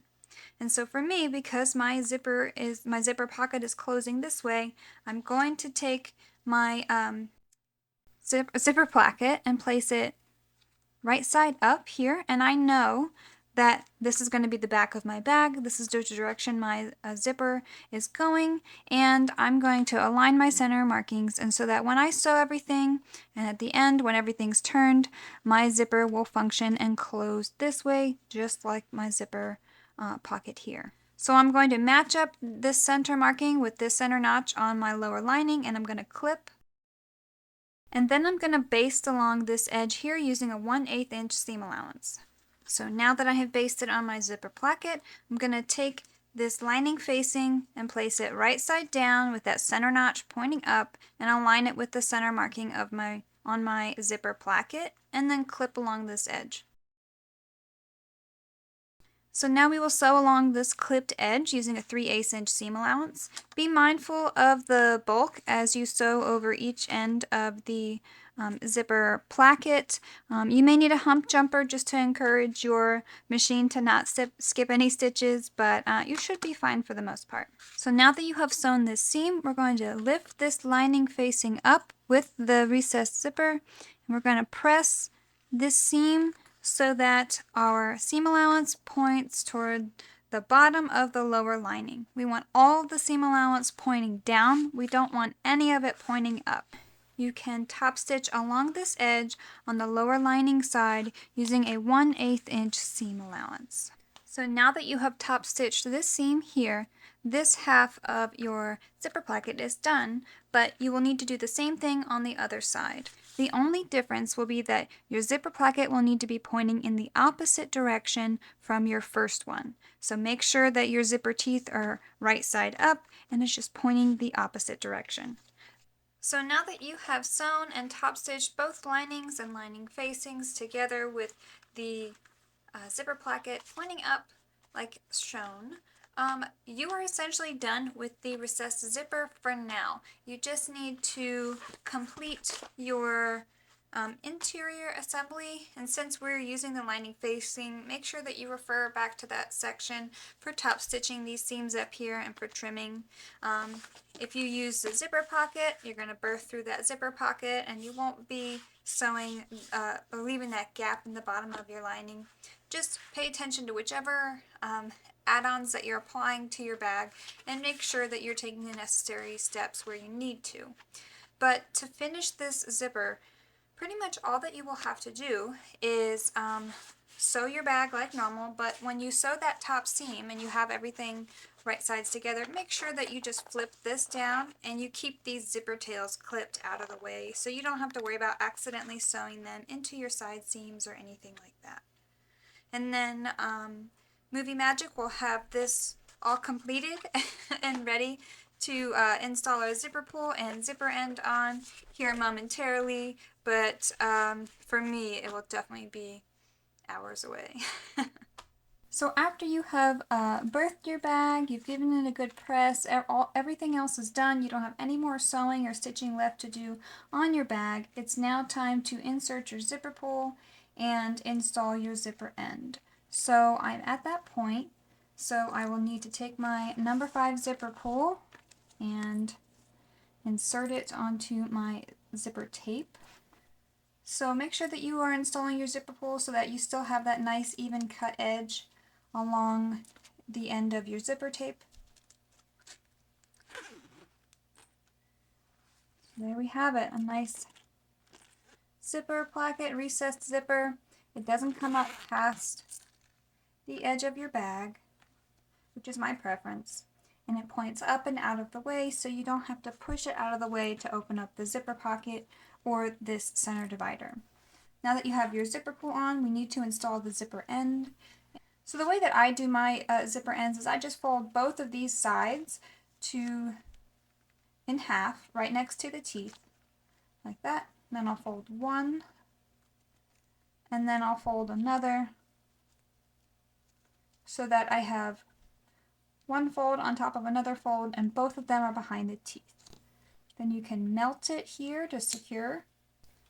And then while I put glue on, I just clip it and install a little bit of glue into your zipper end.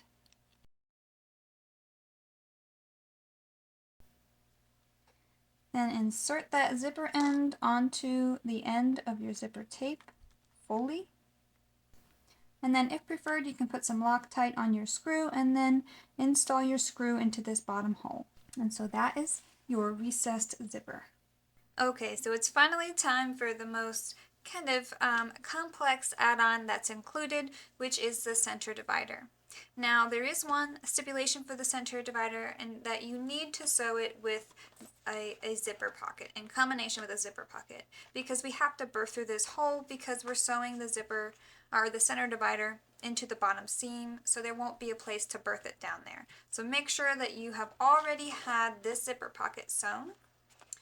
You also need to add any interior add-ons outside of the keyring clip if you're adding it in the side seam. But all the other add-ons that you may want to add to your interior, make sure that they're already finished and ready to go. That will include a magnet, your recessed zipper, slip pocket, zipper pocket, keyring clip if you're adding it to the lining facing, and the lining facing if you're just adding that. It's really important because once you start on the center divider and you go to install the center divider, you won't be able to add anything else to the interior because we have to sew it into the side and bottom seams, and so we have to jump right into the interior assembly. So make sure all of that is done. So you'll need your 2 assembled and ready to go interior pieces. You'll need your length of zipper tape, number 5 nylon zipper tape, your number 5 nylon zipper pull, your zipper tab, your 2 center divider linings, and then your 2 center dividers. So I will refer you back to the recessed zipper portion of this video, and that will explain to you how to get these nice rounded edges here for your zipper tape. I also give a really easy to follow step-by-step guide in the pattern to show you the exact fold and layers and everything, picture by picture, step by step in the pattern, but it's also again in the video in the recessed zipper section. The timestamp for that is in the description. So you want to finish your edge of this end of the zipper and baste those into place, so I will do that.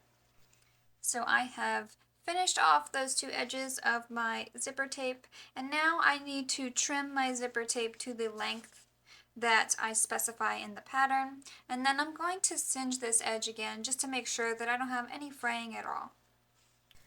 Once you have trimmed your zipper tape to the correct length and singe those edges, go ahead and install your zipper pull.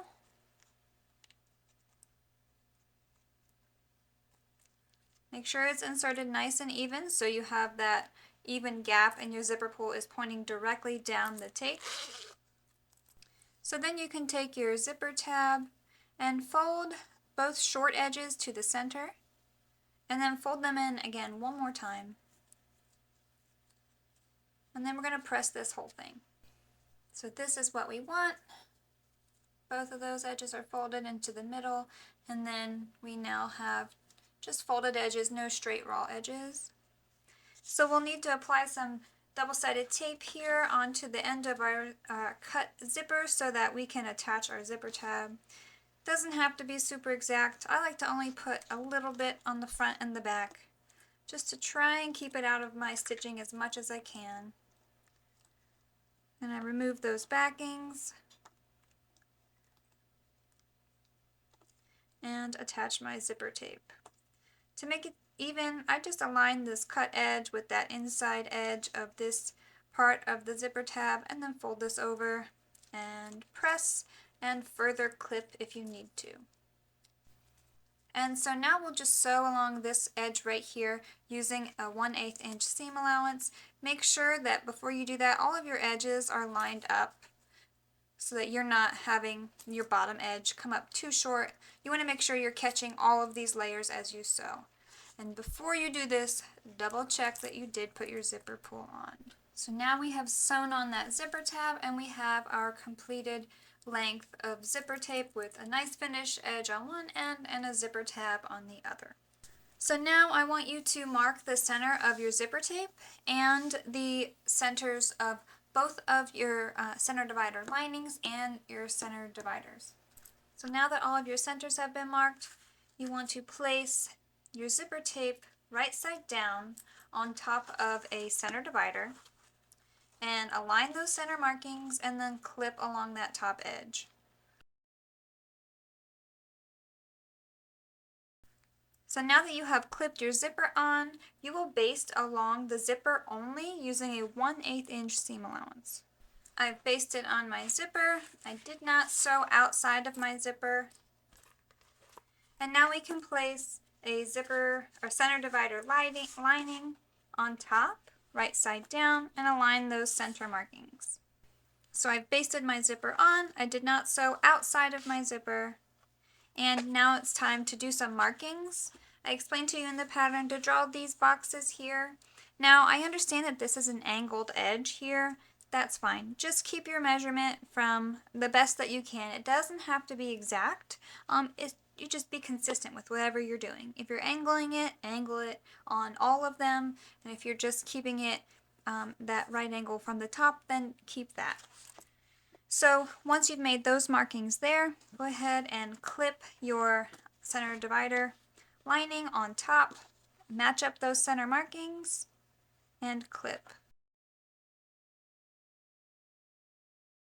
So now that you have clipped it on, you also need to make some markings on the wrong side of your center divider. And so you will sew on your center divider using your basting stitch as a guide of when to start and when to stop.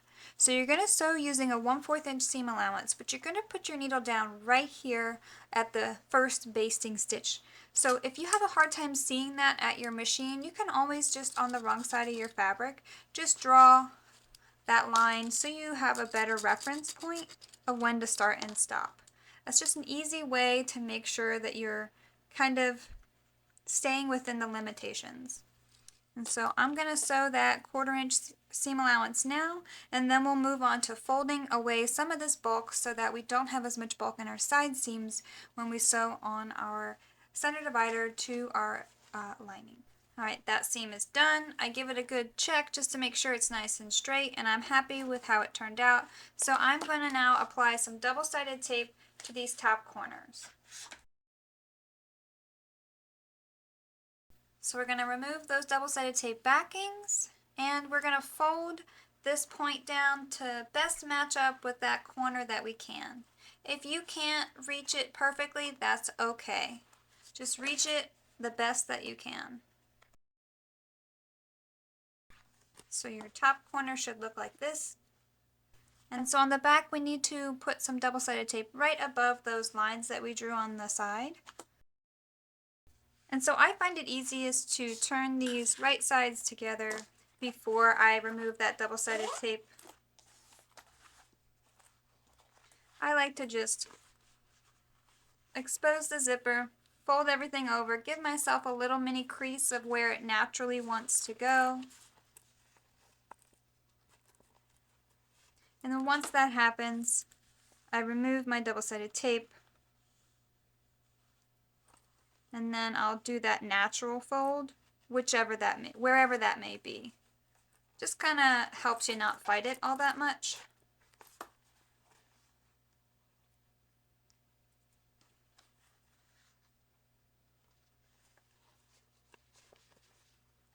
And so now I would take this to your ironing board and then give this all a good press. Even if you're using waterproof canvas, you really want to get these seams as nice and crisp and flat as you can, and fully expose that zipper consistently and evenly throughout. Because the more consistent you are in sewing your zipper and in pressing and then top stitching your zipper, the better result you will have. Alright, we gave it a nice press, everything is holding just fine, and so now what we will do is top stitch along this entire seam using a 1/8 inch seam allowance. Now be mindful as you go over these folded points. You want everything to stay folded as it is, but you want to make sure that you are preparing for that bulk as you go over it, because there is a little bit of extra bulk there with that fold, but this will help for bulk later on in the side seams. So again, 1/8 inch all the way down.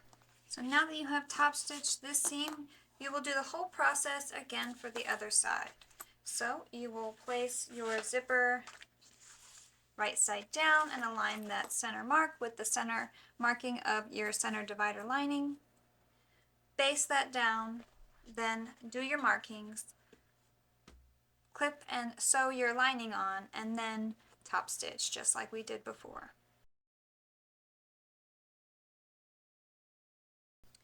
The things we do for love. I just want to let you know I just broke my nail. It's a sad day. It's a very sad day. Alright, back to it.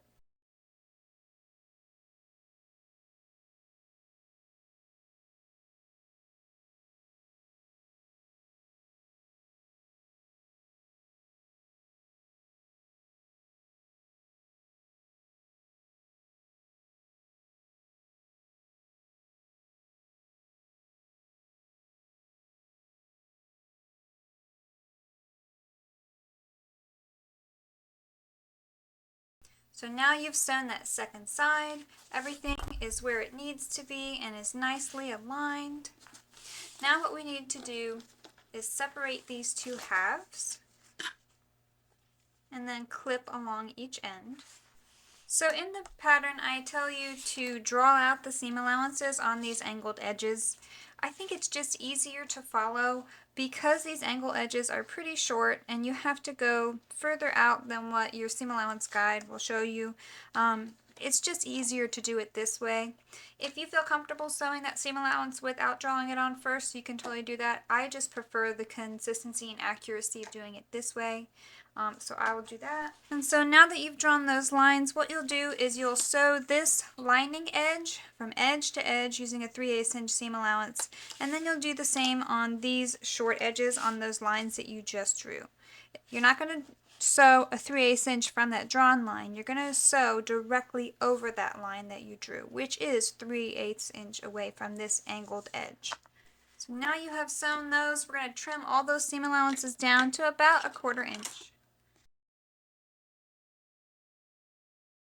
So once you trim those down, you're going to turn it right side out.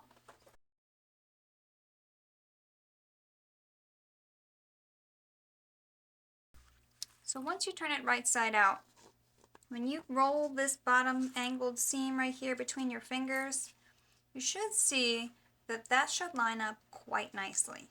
Slightly proud of that. Same on the other side. Your seam allowance of your angled edge should not be running into the seam allowance of your center divider lining here, and your center divider lining should come right before that angled edge seam. Okay?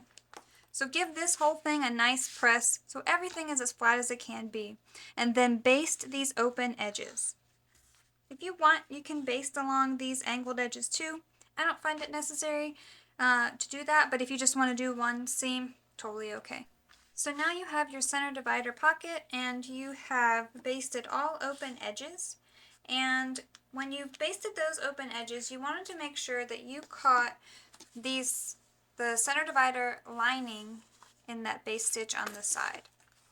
Should be wide enough for you to have been able to do that, but you wouldn't have caught it in the bottom here because the divider stops right about here, so that we don't have to worry about that bulk being in the bottom seam, but we still get a good depth of the pocket. Before you do any markings, you want to make sure which side you want to be the back of your bag, if you haven't decided that already, or if you have other zippers and you want to align your center divider pocket with that, just make sure that you are making these choices now of how you want everything to line up so that when you install your center divider zipper pocket, you end up with the direction that you want it to go. I mentioned before in the recessed zipper part of the video that I prefer to have all my zippers closing the same direction, and so I will have that on this one: recessed zipper, zipper pocket, and center divider pocket. So once you've made those choices, do the markings that I instruct in the pattern, and then also mark the bottom center of your center divider. So now that I've made all my markings, I'm going to take the center divider and lay it in the direction that I want to, and align those two bottom center markings, and then clip along this bottom edge. Okay, now that we have clipped the center divider onto the bottom of the interior piece, we're going to just baste this on using a 1/8 inch seam allowance. So once you have basted this center divider onto your interior, then you will place your other interior piece right side down, clip it together, and sew along this bottom edge using a 1/2 inch seam allowance. Once you have sewn this bottom seam, you'll see that your center divider has been fully caught down there. And in the pattern, I tell you there's two options for finishing this bottom seam. You can either trim it now, and you're good to go from there, or you can top stitch it. My preference is to top stitch, only because I think it just gives a nice finish. But if you do that, a little disclaimer, the seam allowance is being top stitched all to one side just because of the nature of the way that the center divider was assembled, and so it may cause a slight difference in how the bag sits. Shouldn't be too bad, but just that's a disclaimer. Especially when you start using it and you put stuff in there, it won't be as noticeable, but as an empty bag, it will be noticeable, more than likely. Not very much, but is something that you could pick up on, and so I just wanted that disclaimer to be out there. I still prefer it this way just because it keeps it at least flatter along the bottom, because once you have that seam allowance down there that's thick and you trim it, it's going to make the bottom of the lining sit just above the bottom of the bag, and when you top stitch it, it kind of takes that away. So when you top stitch this. I'm going to show you this from the wrong side of the fabric just so you see what I'm talking about. So we're going to open up this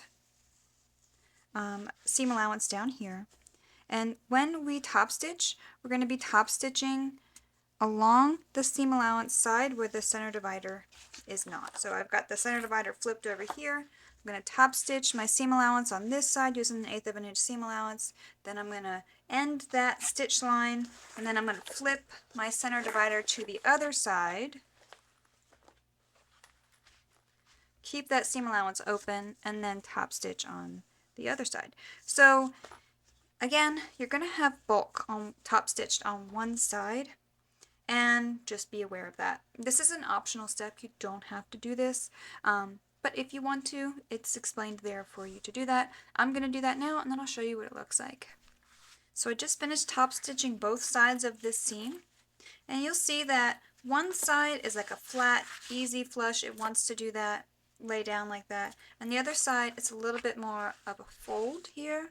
And again, this is personal preference. The option is there. You don't have to do it. I just think it gives just a slight bit of extra like pizzazz to the bag, and I just prefer it, but do as you will.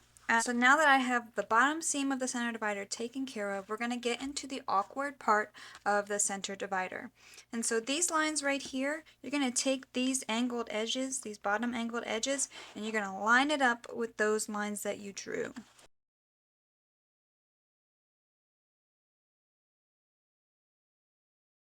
So what I just did on this side is I took this bottom angled edge and I just put it right along that line that I drew right there.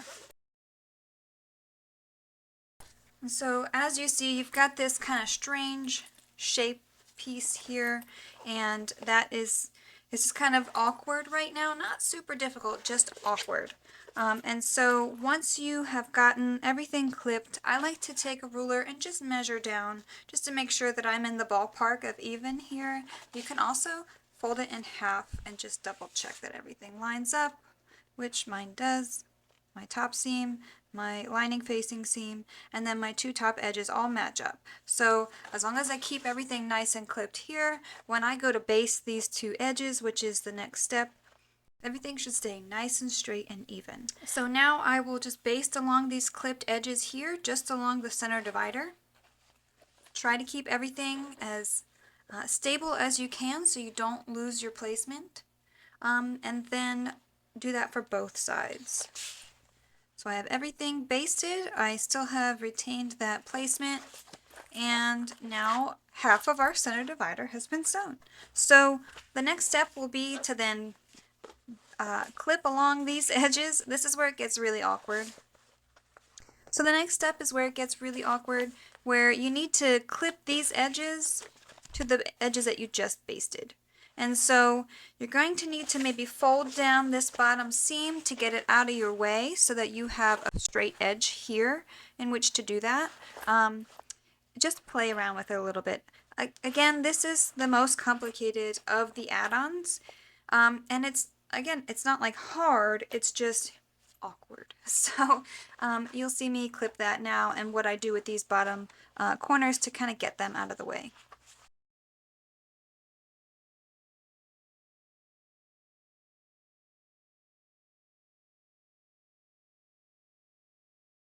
So you can see I've aligned all of my edges here and my seam, and I have clipped along this side, and I have pulled this extra bulk and kind of the excess fabric down here as far as I could, and I've clipped it out of the way so that I have a nice flat seam here in which to sew. I'm going to do the same for the other side, and then once I get done clipping, it will be time to sew those seams.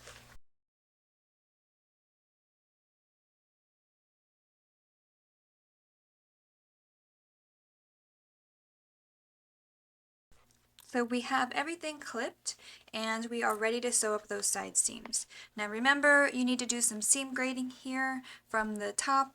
It'll start at a 3/8 inch seam allowance, and then it'll grade up to a 1/2 inch, and then you'll finish your seams here at the bottom using a 1/2 inch seam allowance.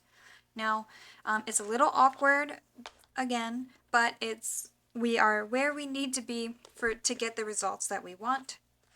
But also keep in mind that I had mentioned earlier, if you're using a zipper tab with waterproof canvas or something that is thicker than that, you may run into a little bit of bulk here right at that corner. It depends on how wide your presser foot is. So if you want to swap out for a zipper foot or a narrow presser foot, now is the best time to do that so that you don't even have to worry about that bulk there as you go. You do have a little bit of extra space there, but it really depends on how accurate you were cutting your zipper tape, how accurate you were placing, and all that stuff. So if it tends to run too close to the side edge, you're going to run into issues with that thickness of the zipper tab and getting past it with your foot. So a narrow foot, a zipper foot, there's a little disclaimer for that there. And even with the teeth side isn't too bad. But again, just use your best judgment here, trial and error. If you need to, swap out for a more narrow foot. So I have sewn up those side seams. I did my seam grading here, and I've got a nice center divider here. Now it does pull the bag in when you do this, but that is because it kind of has to a little bit because it's the shape of the tote, right? You have this boxed bottom, and if we keep it too wide, then your center divider will buckle, and if we keep it too short, then your whole bag will buckle. So this was the just kind of width that I found that gave me the best results for the center divider. We have a finished bottom here that's a really good depth without sitting all the way on the bottom of the bag. So if you're putting something like an electronic in there, you're not going to toss it in there and it isn't going to clunk on the bottom of the bag. And we still have a nice bottom there, if you can see. So the last thing for the center divider will be to sew up this boxed bottom here. It's going to be the same as it was in the pattern. We're just going to open this up, clip and sew. So it will require just a little bit more manipulation because you have this center divider in there, but you should be able to successfully manage sewing those seams using that 1/2 inch seam allowance. So we've sewn both of those box bottom seams, and now we can trim that seam allowance down to about a 1/4 inch seam allowance.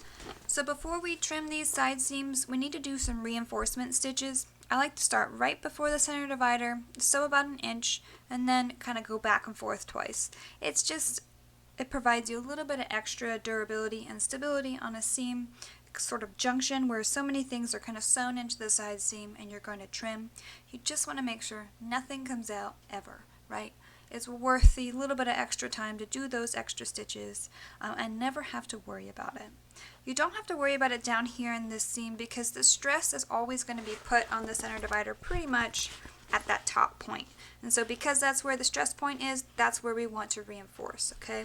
So we're going to do that on both sides. And then after that, we can trim these side seams down to a 1/4 inch unless you're doing the lining facing option like I have, and then you will refer to that section to address those side seams here by top stitching and trimming as I direct in the pattern. So I've sewn my reinforcement stitches. Now I'm going to go do the side seam top stitching up here, and then I'll come back and we'll trim these side seams. So if you were doing the lining facing, you should have top stitched these seams right here, and then we will trim.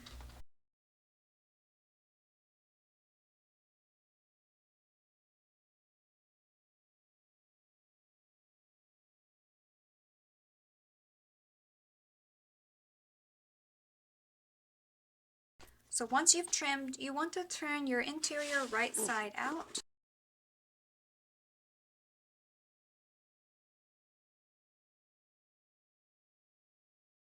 So I have found that it's a little bit easier to birth when you have the zipper pocket on one side and your center divider on the other. Now, it will be a little bit awkward when you place it inside of your exterior for the final assembly for that top seam, but you should still be able to fully clip and sew that top edge.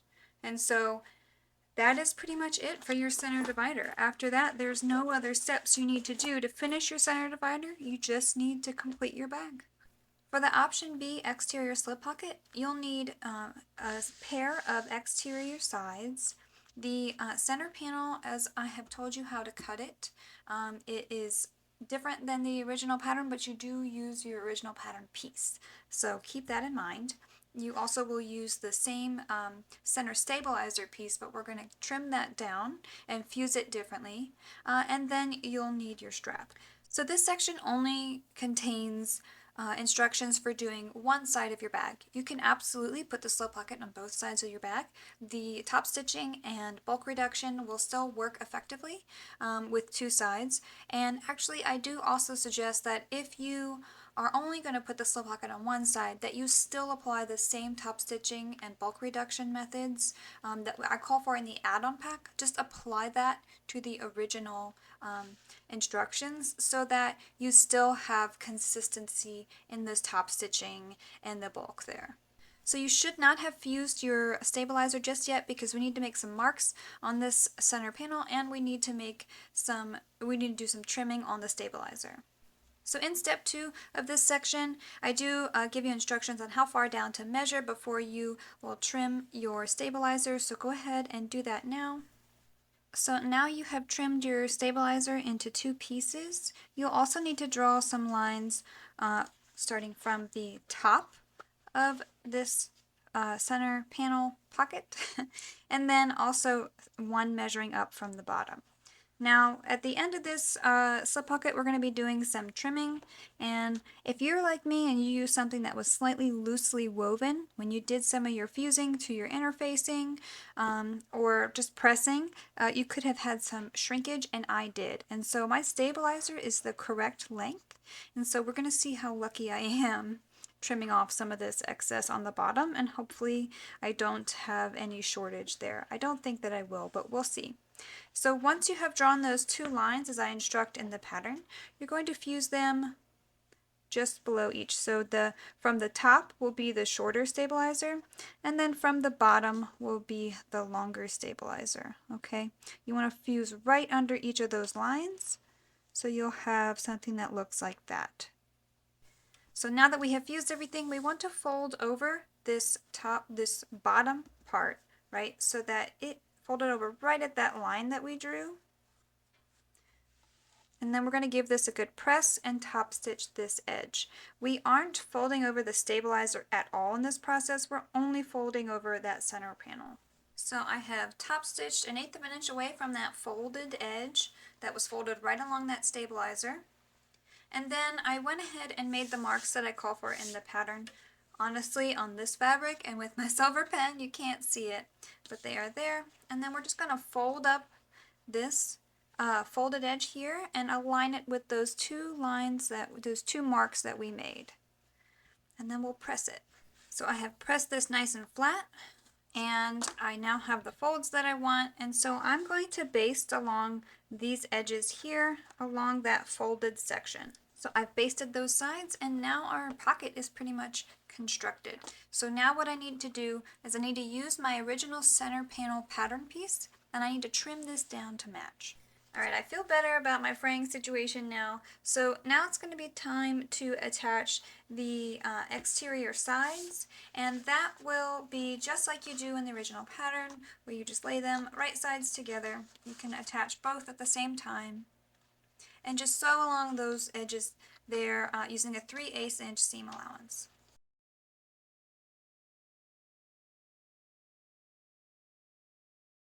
So I've sewn on those 2 side seams, and normally in the original pattern you would be top stitching along this center panel. You would allow this seam allowance to go back in on itself, and you would top stitch along the center panel. But because we have this pocket here, we can't really do that, because then we'll start to lose functionality of those edges of the pocket. So we need to transition the top stitching to be on the exterior sides. And that's why I suggest that you still use these kind of techniques for top stitching that I call for in the add-on pack, even if you're not adding a slip pocket on the opposite side of your bag, because if you're going to be top stitching the exterior sides here, and if you stick to the original pattern for the other side of option B, then you're going to have top stitching on your center panel, and you just may not like that lack of consistency. And so before we do that top stitching though, like normally in the original pattern, you take care of some bulk reduction on these seams so that when you sew it together, you don't have to worry about getting a double dose of like the vinyl. So what we'll do here is kind of the opposite, but also one more thing to note is that typically when we would top stitch the center panel, all of that seam allowance will be out of the way so that when we put our strap down and we align it right up with that center panel, we don't have any bulk there, but we have bulk there now because of this seam allowance. So we're going to need to do some bulk reduction there. So up from the bottom edge, you want to cut into your center panel seam allowance only. You want to do that about a 1/2 inch up. So if you're looking at your exterior sides, you can use that as a reference because that's about what you should have fused your stabilizer. And again, you're just snipping into that and allowing this one seam allowance to move freely. Now I will need to put some glue there because I'm using some material that's fraying. If you're doing the same, you may want to consider doing that. And then at the top of your exterior, you will need to trim both seam allowances here. Again, at that 1/2 inch kind of stabilizer placement.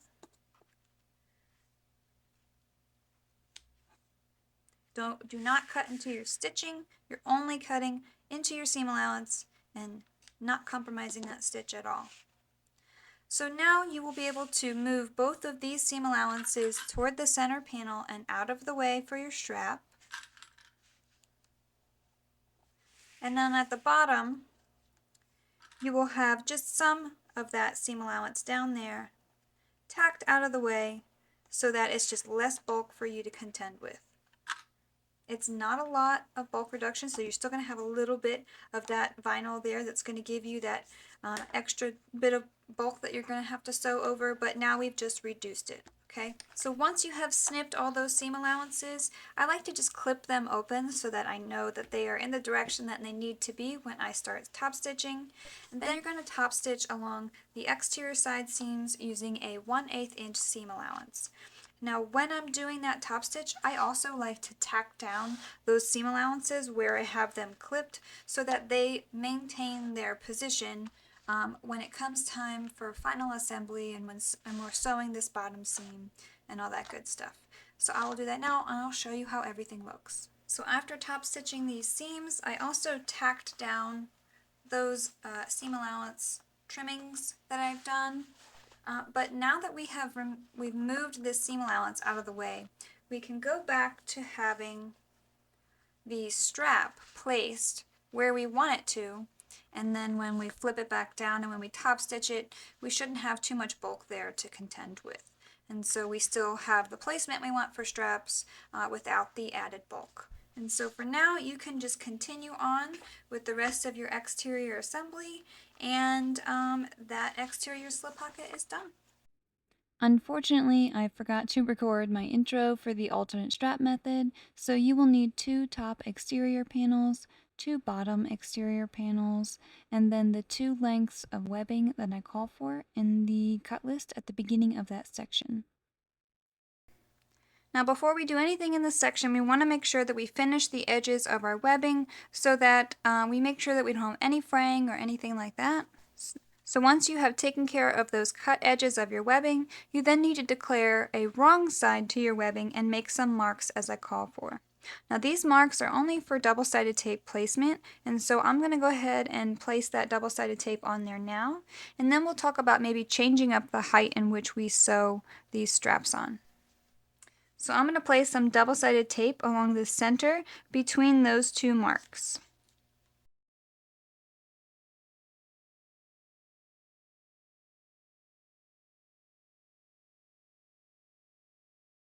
Once you get the double-sided tape in between those 2 marks, you're going to remove that backing. So once you've removed that double-sided tape backing, then you're going to place your straps at the distance in that I call for in the original pattern. And you're going to align this bottom edge with the bottom of this panel here. Alright, so at this point in the pattern, I make a note that if you want to raise this mark here that you would sew up to on the strap by about 1 inch or 2, you can do that. So this is 1.25 inches higher, and that's my preference for how high to sew it. And it keeps it away from this top seam still, but it also gives you a nicer appearance of just the strap being attached. But one thing to keep in mind is that if you do it any higher than what I call for in the pattern for the drawstring, there's a chance it's going to get caught up in that drawstring too much and just not really be appealing there. So that's something to keep in mind. But you have some freedom to move up that line up pretty high. Just make sure you don't get it too close to this top edge here.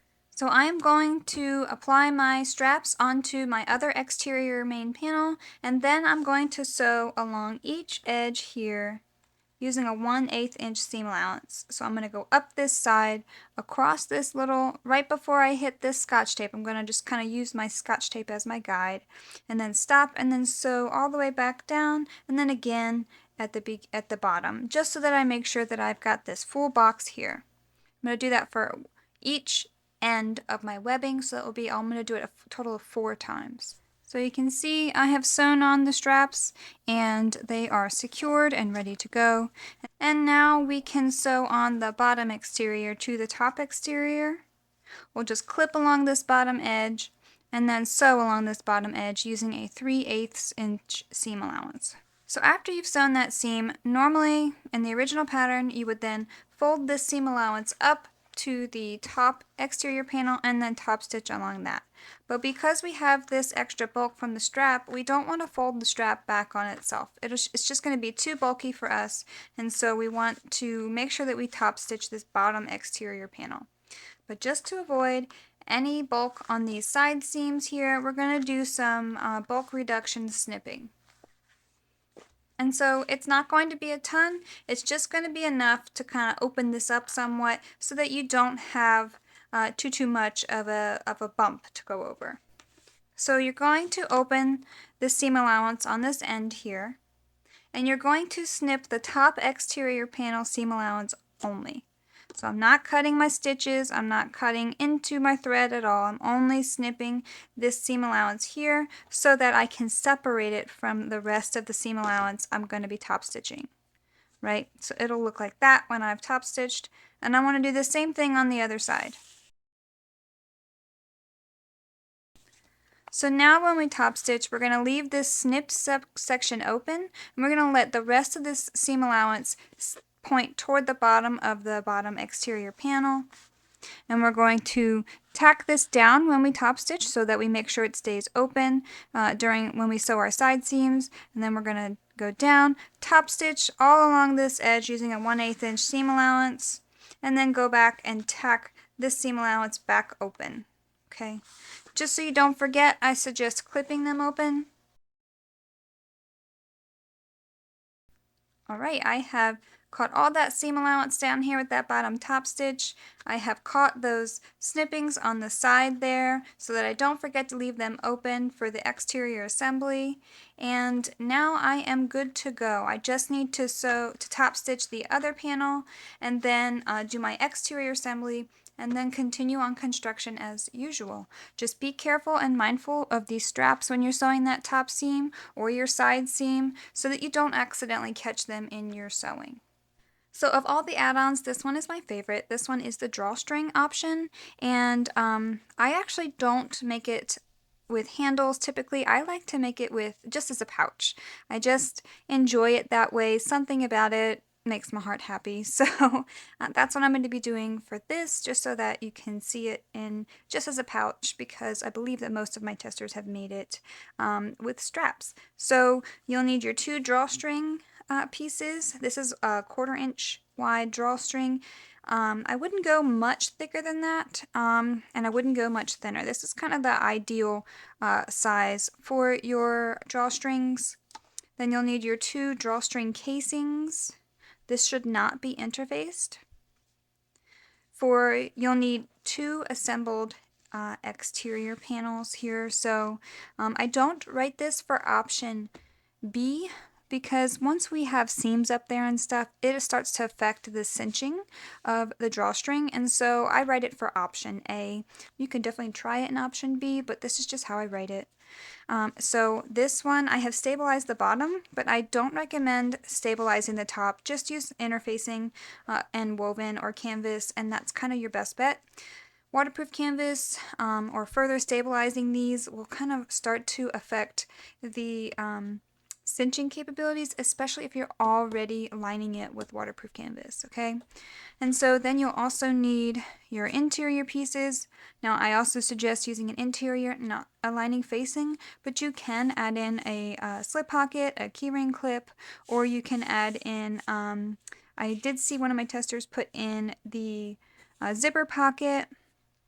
Just know the higher up you start adding things on the drawstring version, the more funky it might look when it's cinched, or just may affect the functionality of the cinching. Okay, so the first thing you'll do is do some markings on your drawstring casings. I do mention that you can use a pencil here, something that's light, that's not going to bleed through your fabric because we are not interfacing these drawstring casings. Now, if you were to interface these casings, just know that your cinch is not going to compress as much, and it will be a little bit harder to do so. So if you feel more comfortable interfacing, that is your own prerogative. Just know that that's kind of a result of that choice. So after you've drawn those lines, you'll need to fold in this short raw edge to that first line there, and then press with your iron. So I'm going to do that to all 4 edges at once. So I've pressed these 4 edges wrong sides together to that first line that I drew, and then I'm going to fold all of these down now to match the second line that I drew. And so I will do that now.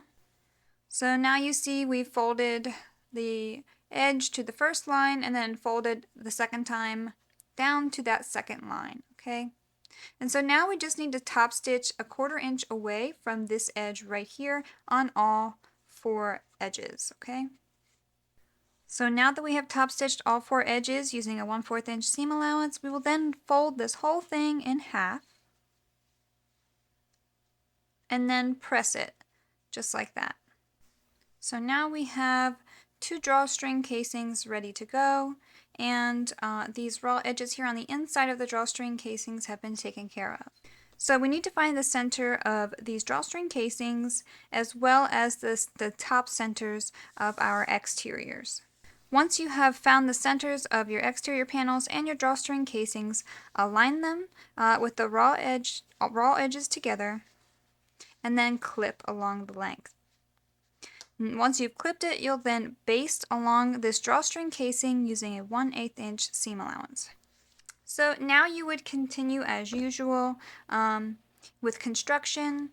The only difference is now there are no straps. Now if you were going to add the alternate strap method, that would have needed to be done before starting on the drawstring stuff, because you would do that in this, you would install that into this seam down here. But for this tutorial, I am not adding straps again, so just continue on. So in your exterior and your interior together, the only thing is that when you're doing that final top stitch and everything is turned, you will need to make sure that the drawstring casing is flipped up and out of the way while you're doing that final top stitch. So now that you have finished your bag and you've closed up the inside and you have top stitched the top, and now you're ready to feed your drawstrings through your drawstring casings. Now you can use just a safety pin and do it the old-fashioned method of just kind of pushing and pulling along the way. You can use a loop turner, but I like to use a combination of the two. I've just found that it's easier for me if I loop a safety pin through the end of my drawstring, and then I use my loop turner to hook onto my drawstring or on my safety pin and pull my drawstring through, versus just trying to do one or the other, especially because I'm using a woven drawstring. You know, there's a chance I'm going to snag it, so I'd rather just do this method if I can. So to do that, Unfortunately, with the height of the camera, it does make it just a little bit hard to show you, but I'm going to do the best I can. So the first thing I'm going to do is insert one end of one drawstring through the front drawstring casing. Just kind of got to push it in a good bit. And if this one's actually pretty stiff, so I can push it all the way through. But if you can't quite reach it all the way through, you would then insert your loop turner and then pull it the rest of the way. So now that that is out, I'm going to do the same thing on the other end, but go through the back side or the other drawstring casing.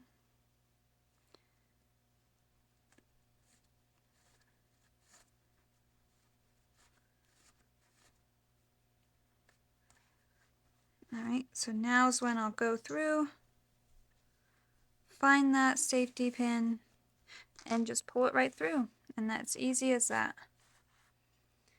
And so then I'm going to do the reverse for the other drawstring.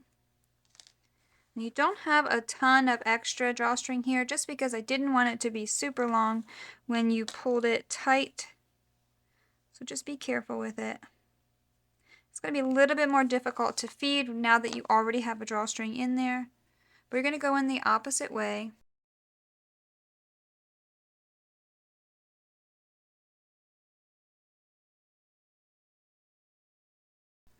Now you might hit that ridge where you folded the end of the drawstring. Just be mindful you don't pull out your other end. And now do the same thing for the back side. Again, we're going in the opposite direction of the first time.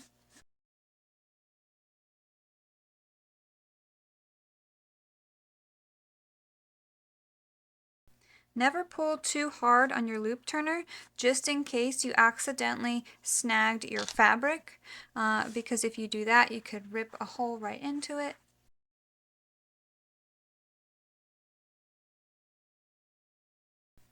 And so this is what you want. You want one drawstring fully on top, one drawstring fully on the bottom, and you want to have even tails on either side.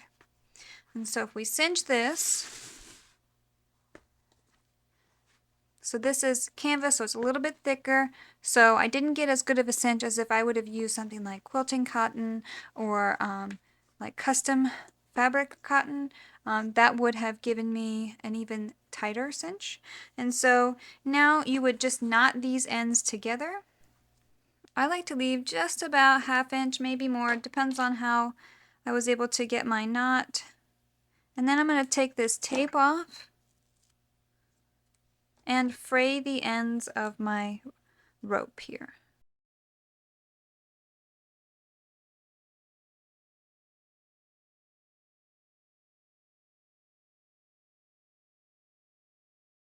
And to fray my ends, I just use my seam ripper and I just unravel the braiding that's on it, just so it gives a bit of a fringy look versus a rope to end, I guess.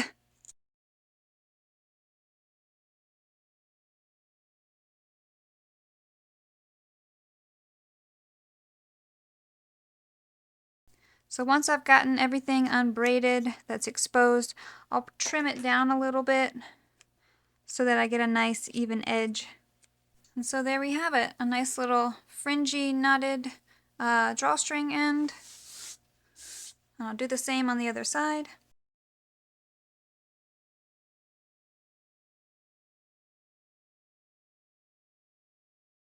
And there you have it. You have your drawstring top.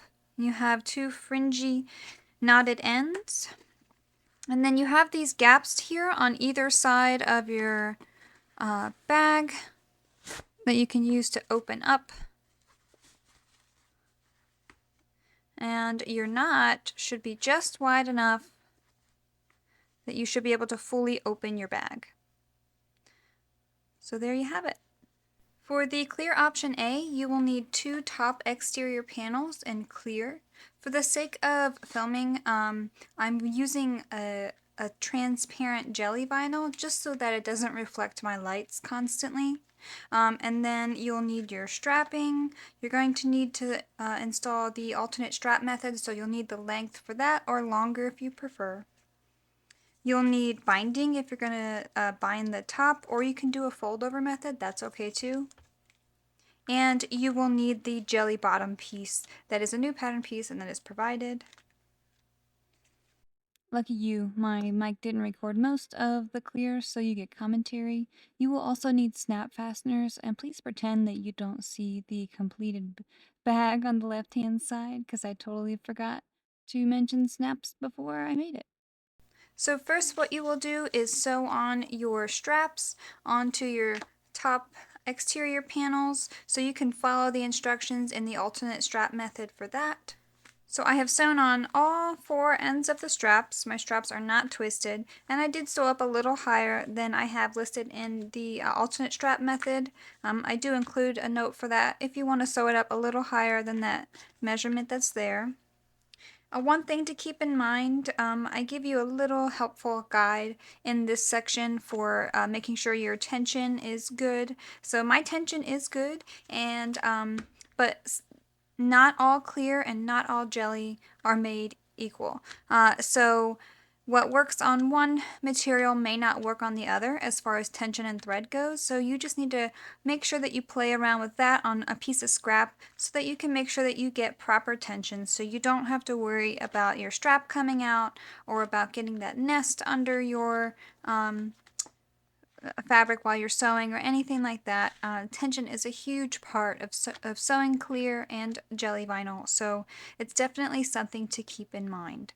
So now that you have sewn on your straps, we can place one right side up on your work surface and then place your jelly bottom. If it has a print on it, just make sure you're placing it right sides together and then clip along this bottom edge.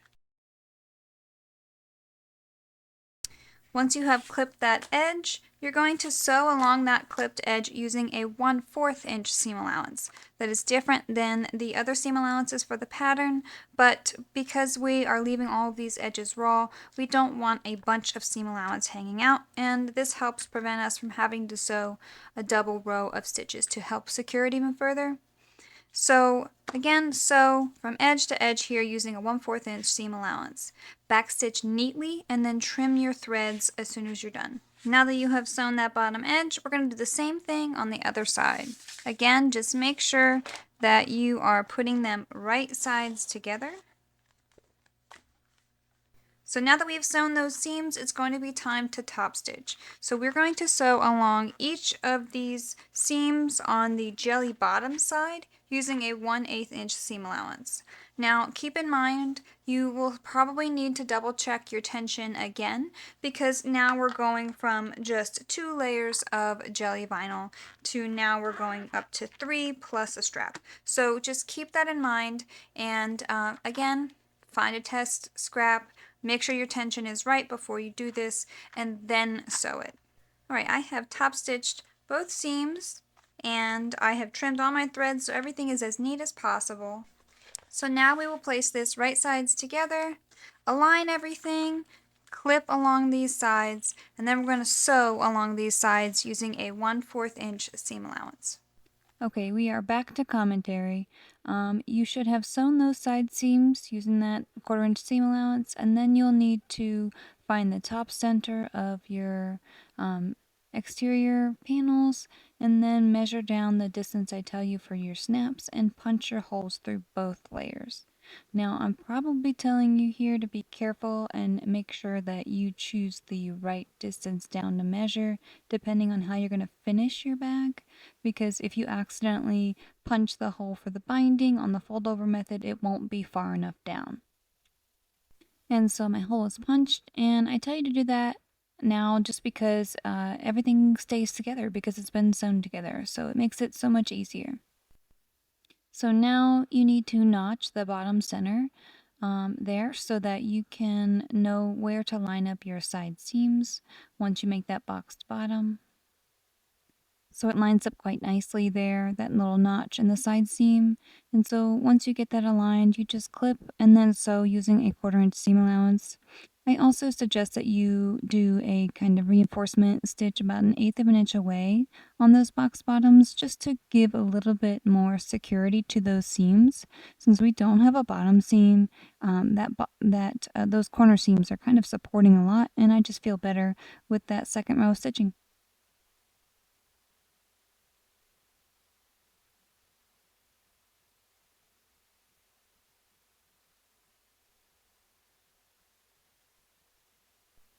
So there are those 2 seams sewn up. I've done the double rows of stitching on each, and I've trimmed my threads and all that good stuff. And so I've even managed to burn my poor jelly bottom just a little bit with my new fancy lighter. I'm showing you right there. And I believe I bring out the lighter in question. Oh, there it is. So there we are.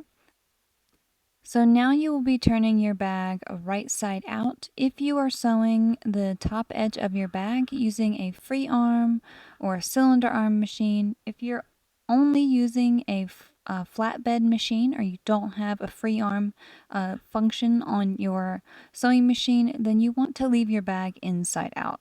It's important because you should really only be top stitching that final top stitch from the exterior side, and it's just easier to do that when you have your presser foot kind of inside your bag while it's inside out, and then you're sewing around the top edge. But if you have that free arm attachment, absolutely turn it right side out and roll those bottom seams out so you can kind of poke those corner seams out as much as you can. And then you can move on to figuring out if you want to bind the top or fold it over.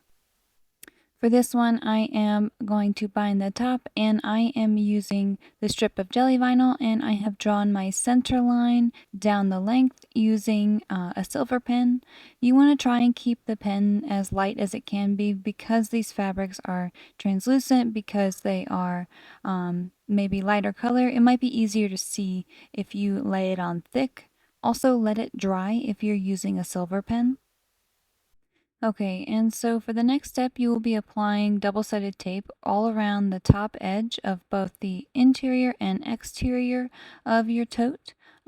You don't want to use anything larger than a 1/4 inch, and I mean, you could use 1/8 of an inch double-sided tape, that would work too, but just don't place it any lower than a 1/4 inch, and don't use double-sided tape that's any larger than a 1/4 inch, just so that you don't run into it while you're top stitching. And so you can see here I'm applying it on the inside, and as I go by those side seams on the interior, I'm opening them up. I've found that just opening up that seam right there gives you a gradual change, and there's no sharp edge, so there's no major need to bind. So that's just why I don't do that for this version of a clear bag. But if you want to do something else, you could totally do that. So for the next step, you will be removing the double-sided tape from the interior of your bag. Now this is regardless of whether your bag is right side out or inside out. You still want to remove the double-sided tape from the interior side because you always want to install binding from the interior side. That way you know you have that part that you're not seeing while you're top stitching, you're gonna catch it because it's been installed at the right depth. So then when you fold over that top, if the top comes up a little short, obviously that's not ideal, but at least you'll still know that you're catching that bottom part of this binding process. And so at least everything is still caught in your stitches. And so now you will take your binding strip, and I suggest popping it inside your bag if your bag is right side out, just so that you don't have to keep playing with it. And then you're going to start placing that binding about 1 inch before a side seam. I tend to start mine pointing toward the front so that when I wrap it, we're going to do a wrap around for my TikTok fans. When I wrap it back around, we will end up pointing to the back of the bag, and I actually lined up my words with the talking hands, so that's great. And so then we'll continue to apply the binding right under that line right there that we drew, that center line, we're going to align it kind of just like right under it so that we just see that ink right over the edge of that bag. And then we'll continue to go all the way around the bag until we get to the starting point where we have that, we'll have start to have excess. And then we want to go about an inch and a half past that starting point.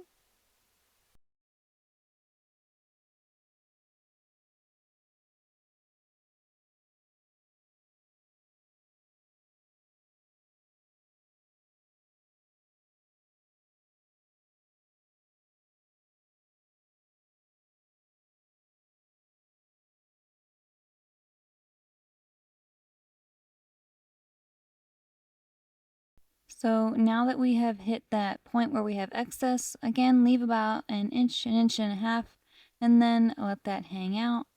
And then what you'll do is you'll remove the double-sided tape from the exterior of the bag, and then you will fold over that binding all the way around. So you're going to start at the same starting point that you had for that you stuck it on there, and now you're going to start folding it over. So as you're folding it over, make sure that you're not folding over that top edge of the vinyl, but you are getting as tight of a fold as you can there so that everything lines up as best as it can. Keep an eye on the bottom side of your binding while you're folding it over. Since we're dealing with transparent materials, it does make binding a little bit easier. You can see it through my material right there.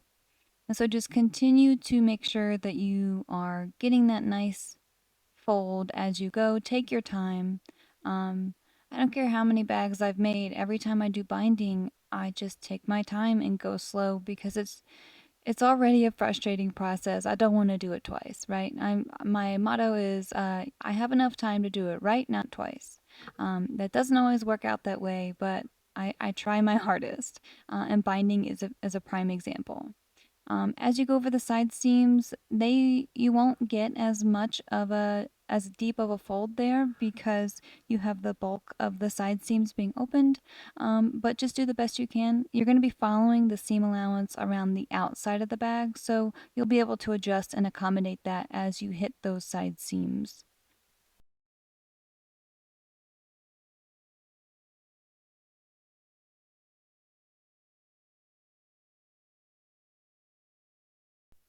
Once you hit that little section of excess binding, just pop a little section of double-sided tape there. This should be the only section of double-sided tape that you sew over in this whole process. So go ahead and just fold it over there over top of the binding that you've already applied. Give it a good pinch, and then you are good to go for that part. So what I'm showing you here is how I use my sewing clips to reference my consistency in binding. And so I'll place them all around the top edge around my binding, and I will just make sure they are all facing the same direction. So like the curved part of the clip is facing out and the straight part would be facing in. And so from there, I will just make sure that everything lines up as perfectly as it can. You'll see that all of the bottom of the clips hit the same part, and so that means that I'm good. And it's just a good, easy, quick visual reference to double check a quick binding like this so that you don't have to measure anything, break out your ruler. Your clips can do it all for you. So now that you are happy with your binding placement, you will top stitch away from that bottom edge of the binding, not the top folded edge, but that bottom edge of the binding, using an 1/8 of an inch up to a 1/4 of an inch seam allowance. You don't want to do anything more than a 1/4 inch because if you do, you run the risk of sewing over the double-sided tape throughout the entire top stitching, and we don't want that.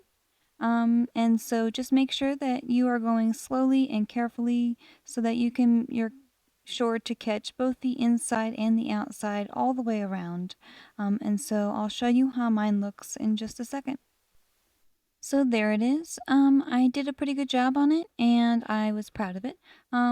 I would say that as far as binding goes, this is a pretty easy binding experience compared to maybe multiple layers and other options.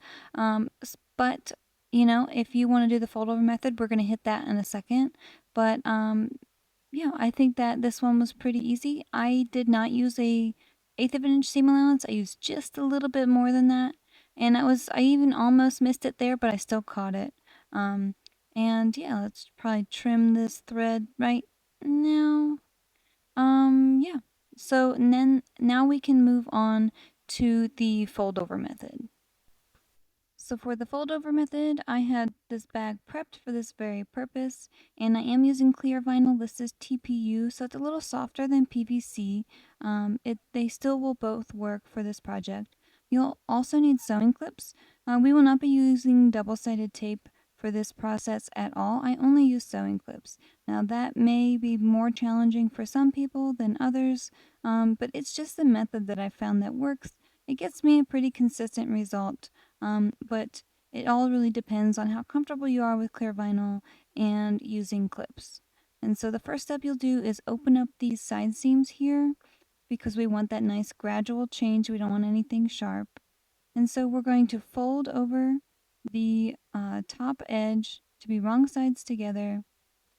And then we're going to clip the length of the clip. So that fold is just the distance of the bottom edge of the flat edge of the clip. And so it doesn't really matter if you use the rounded edge of the clip or the flat edge. It's just important that you're consistent so that you're using the same side of the the clip all the way around. That way you make sure that there's no change in depth anywhere. So I like to do the side seams first, and then I will do my centers of the front and back, and then I'll do kind of every spot in between then until I'm happy with the amount of clips that I have. So you really need like at least 20 clips, if not more than that, depending on how comfortable you are with this process. And so I'll just zoom through me applying the clips now so you can see how I do it.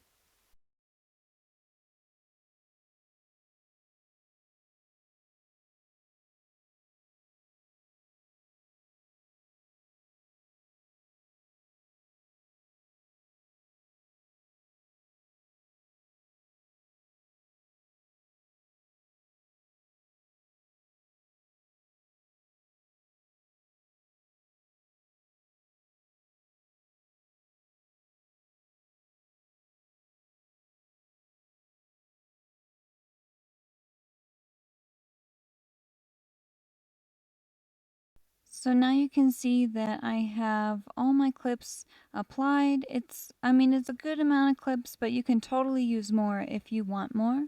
They're all facing the same direction.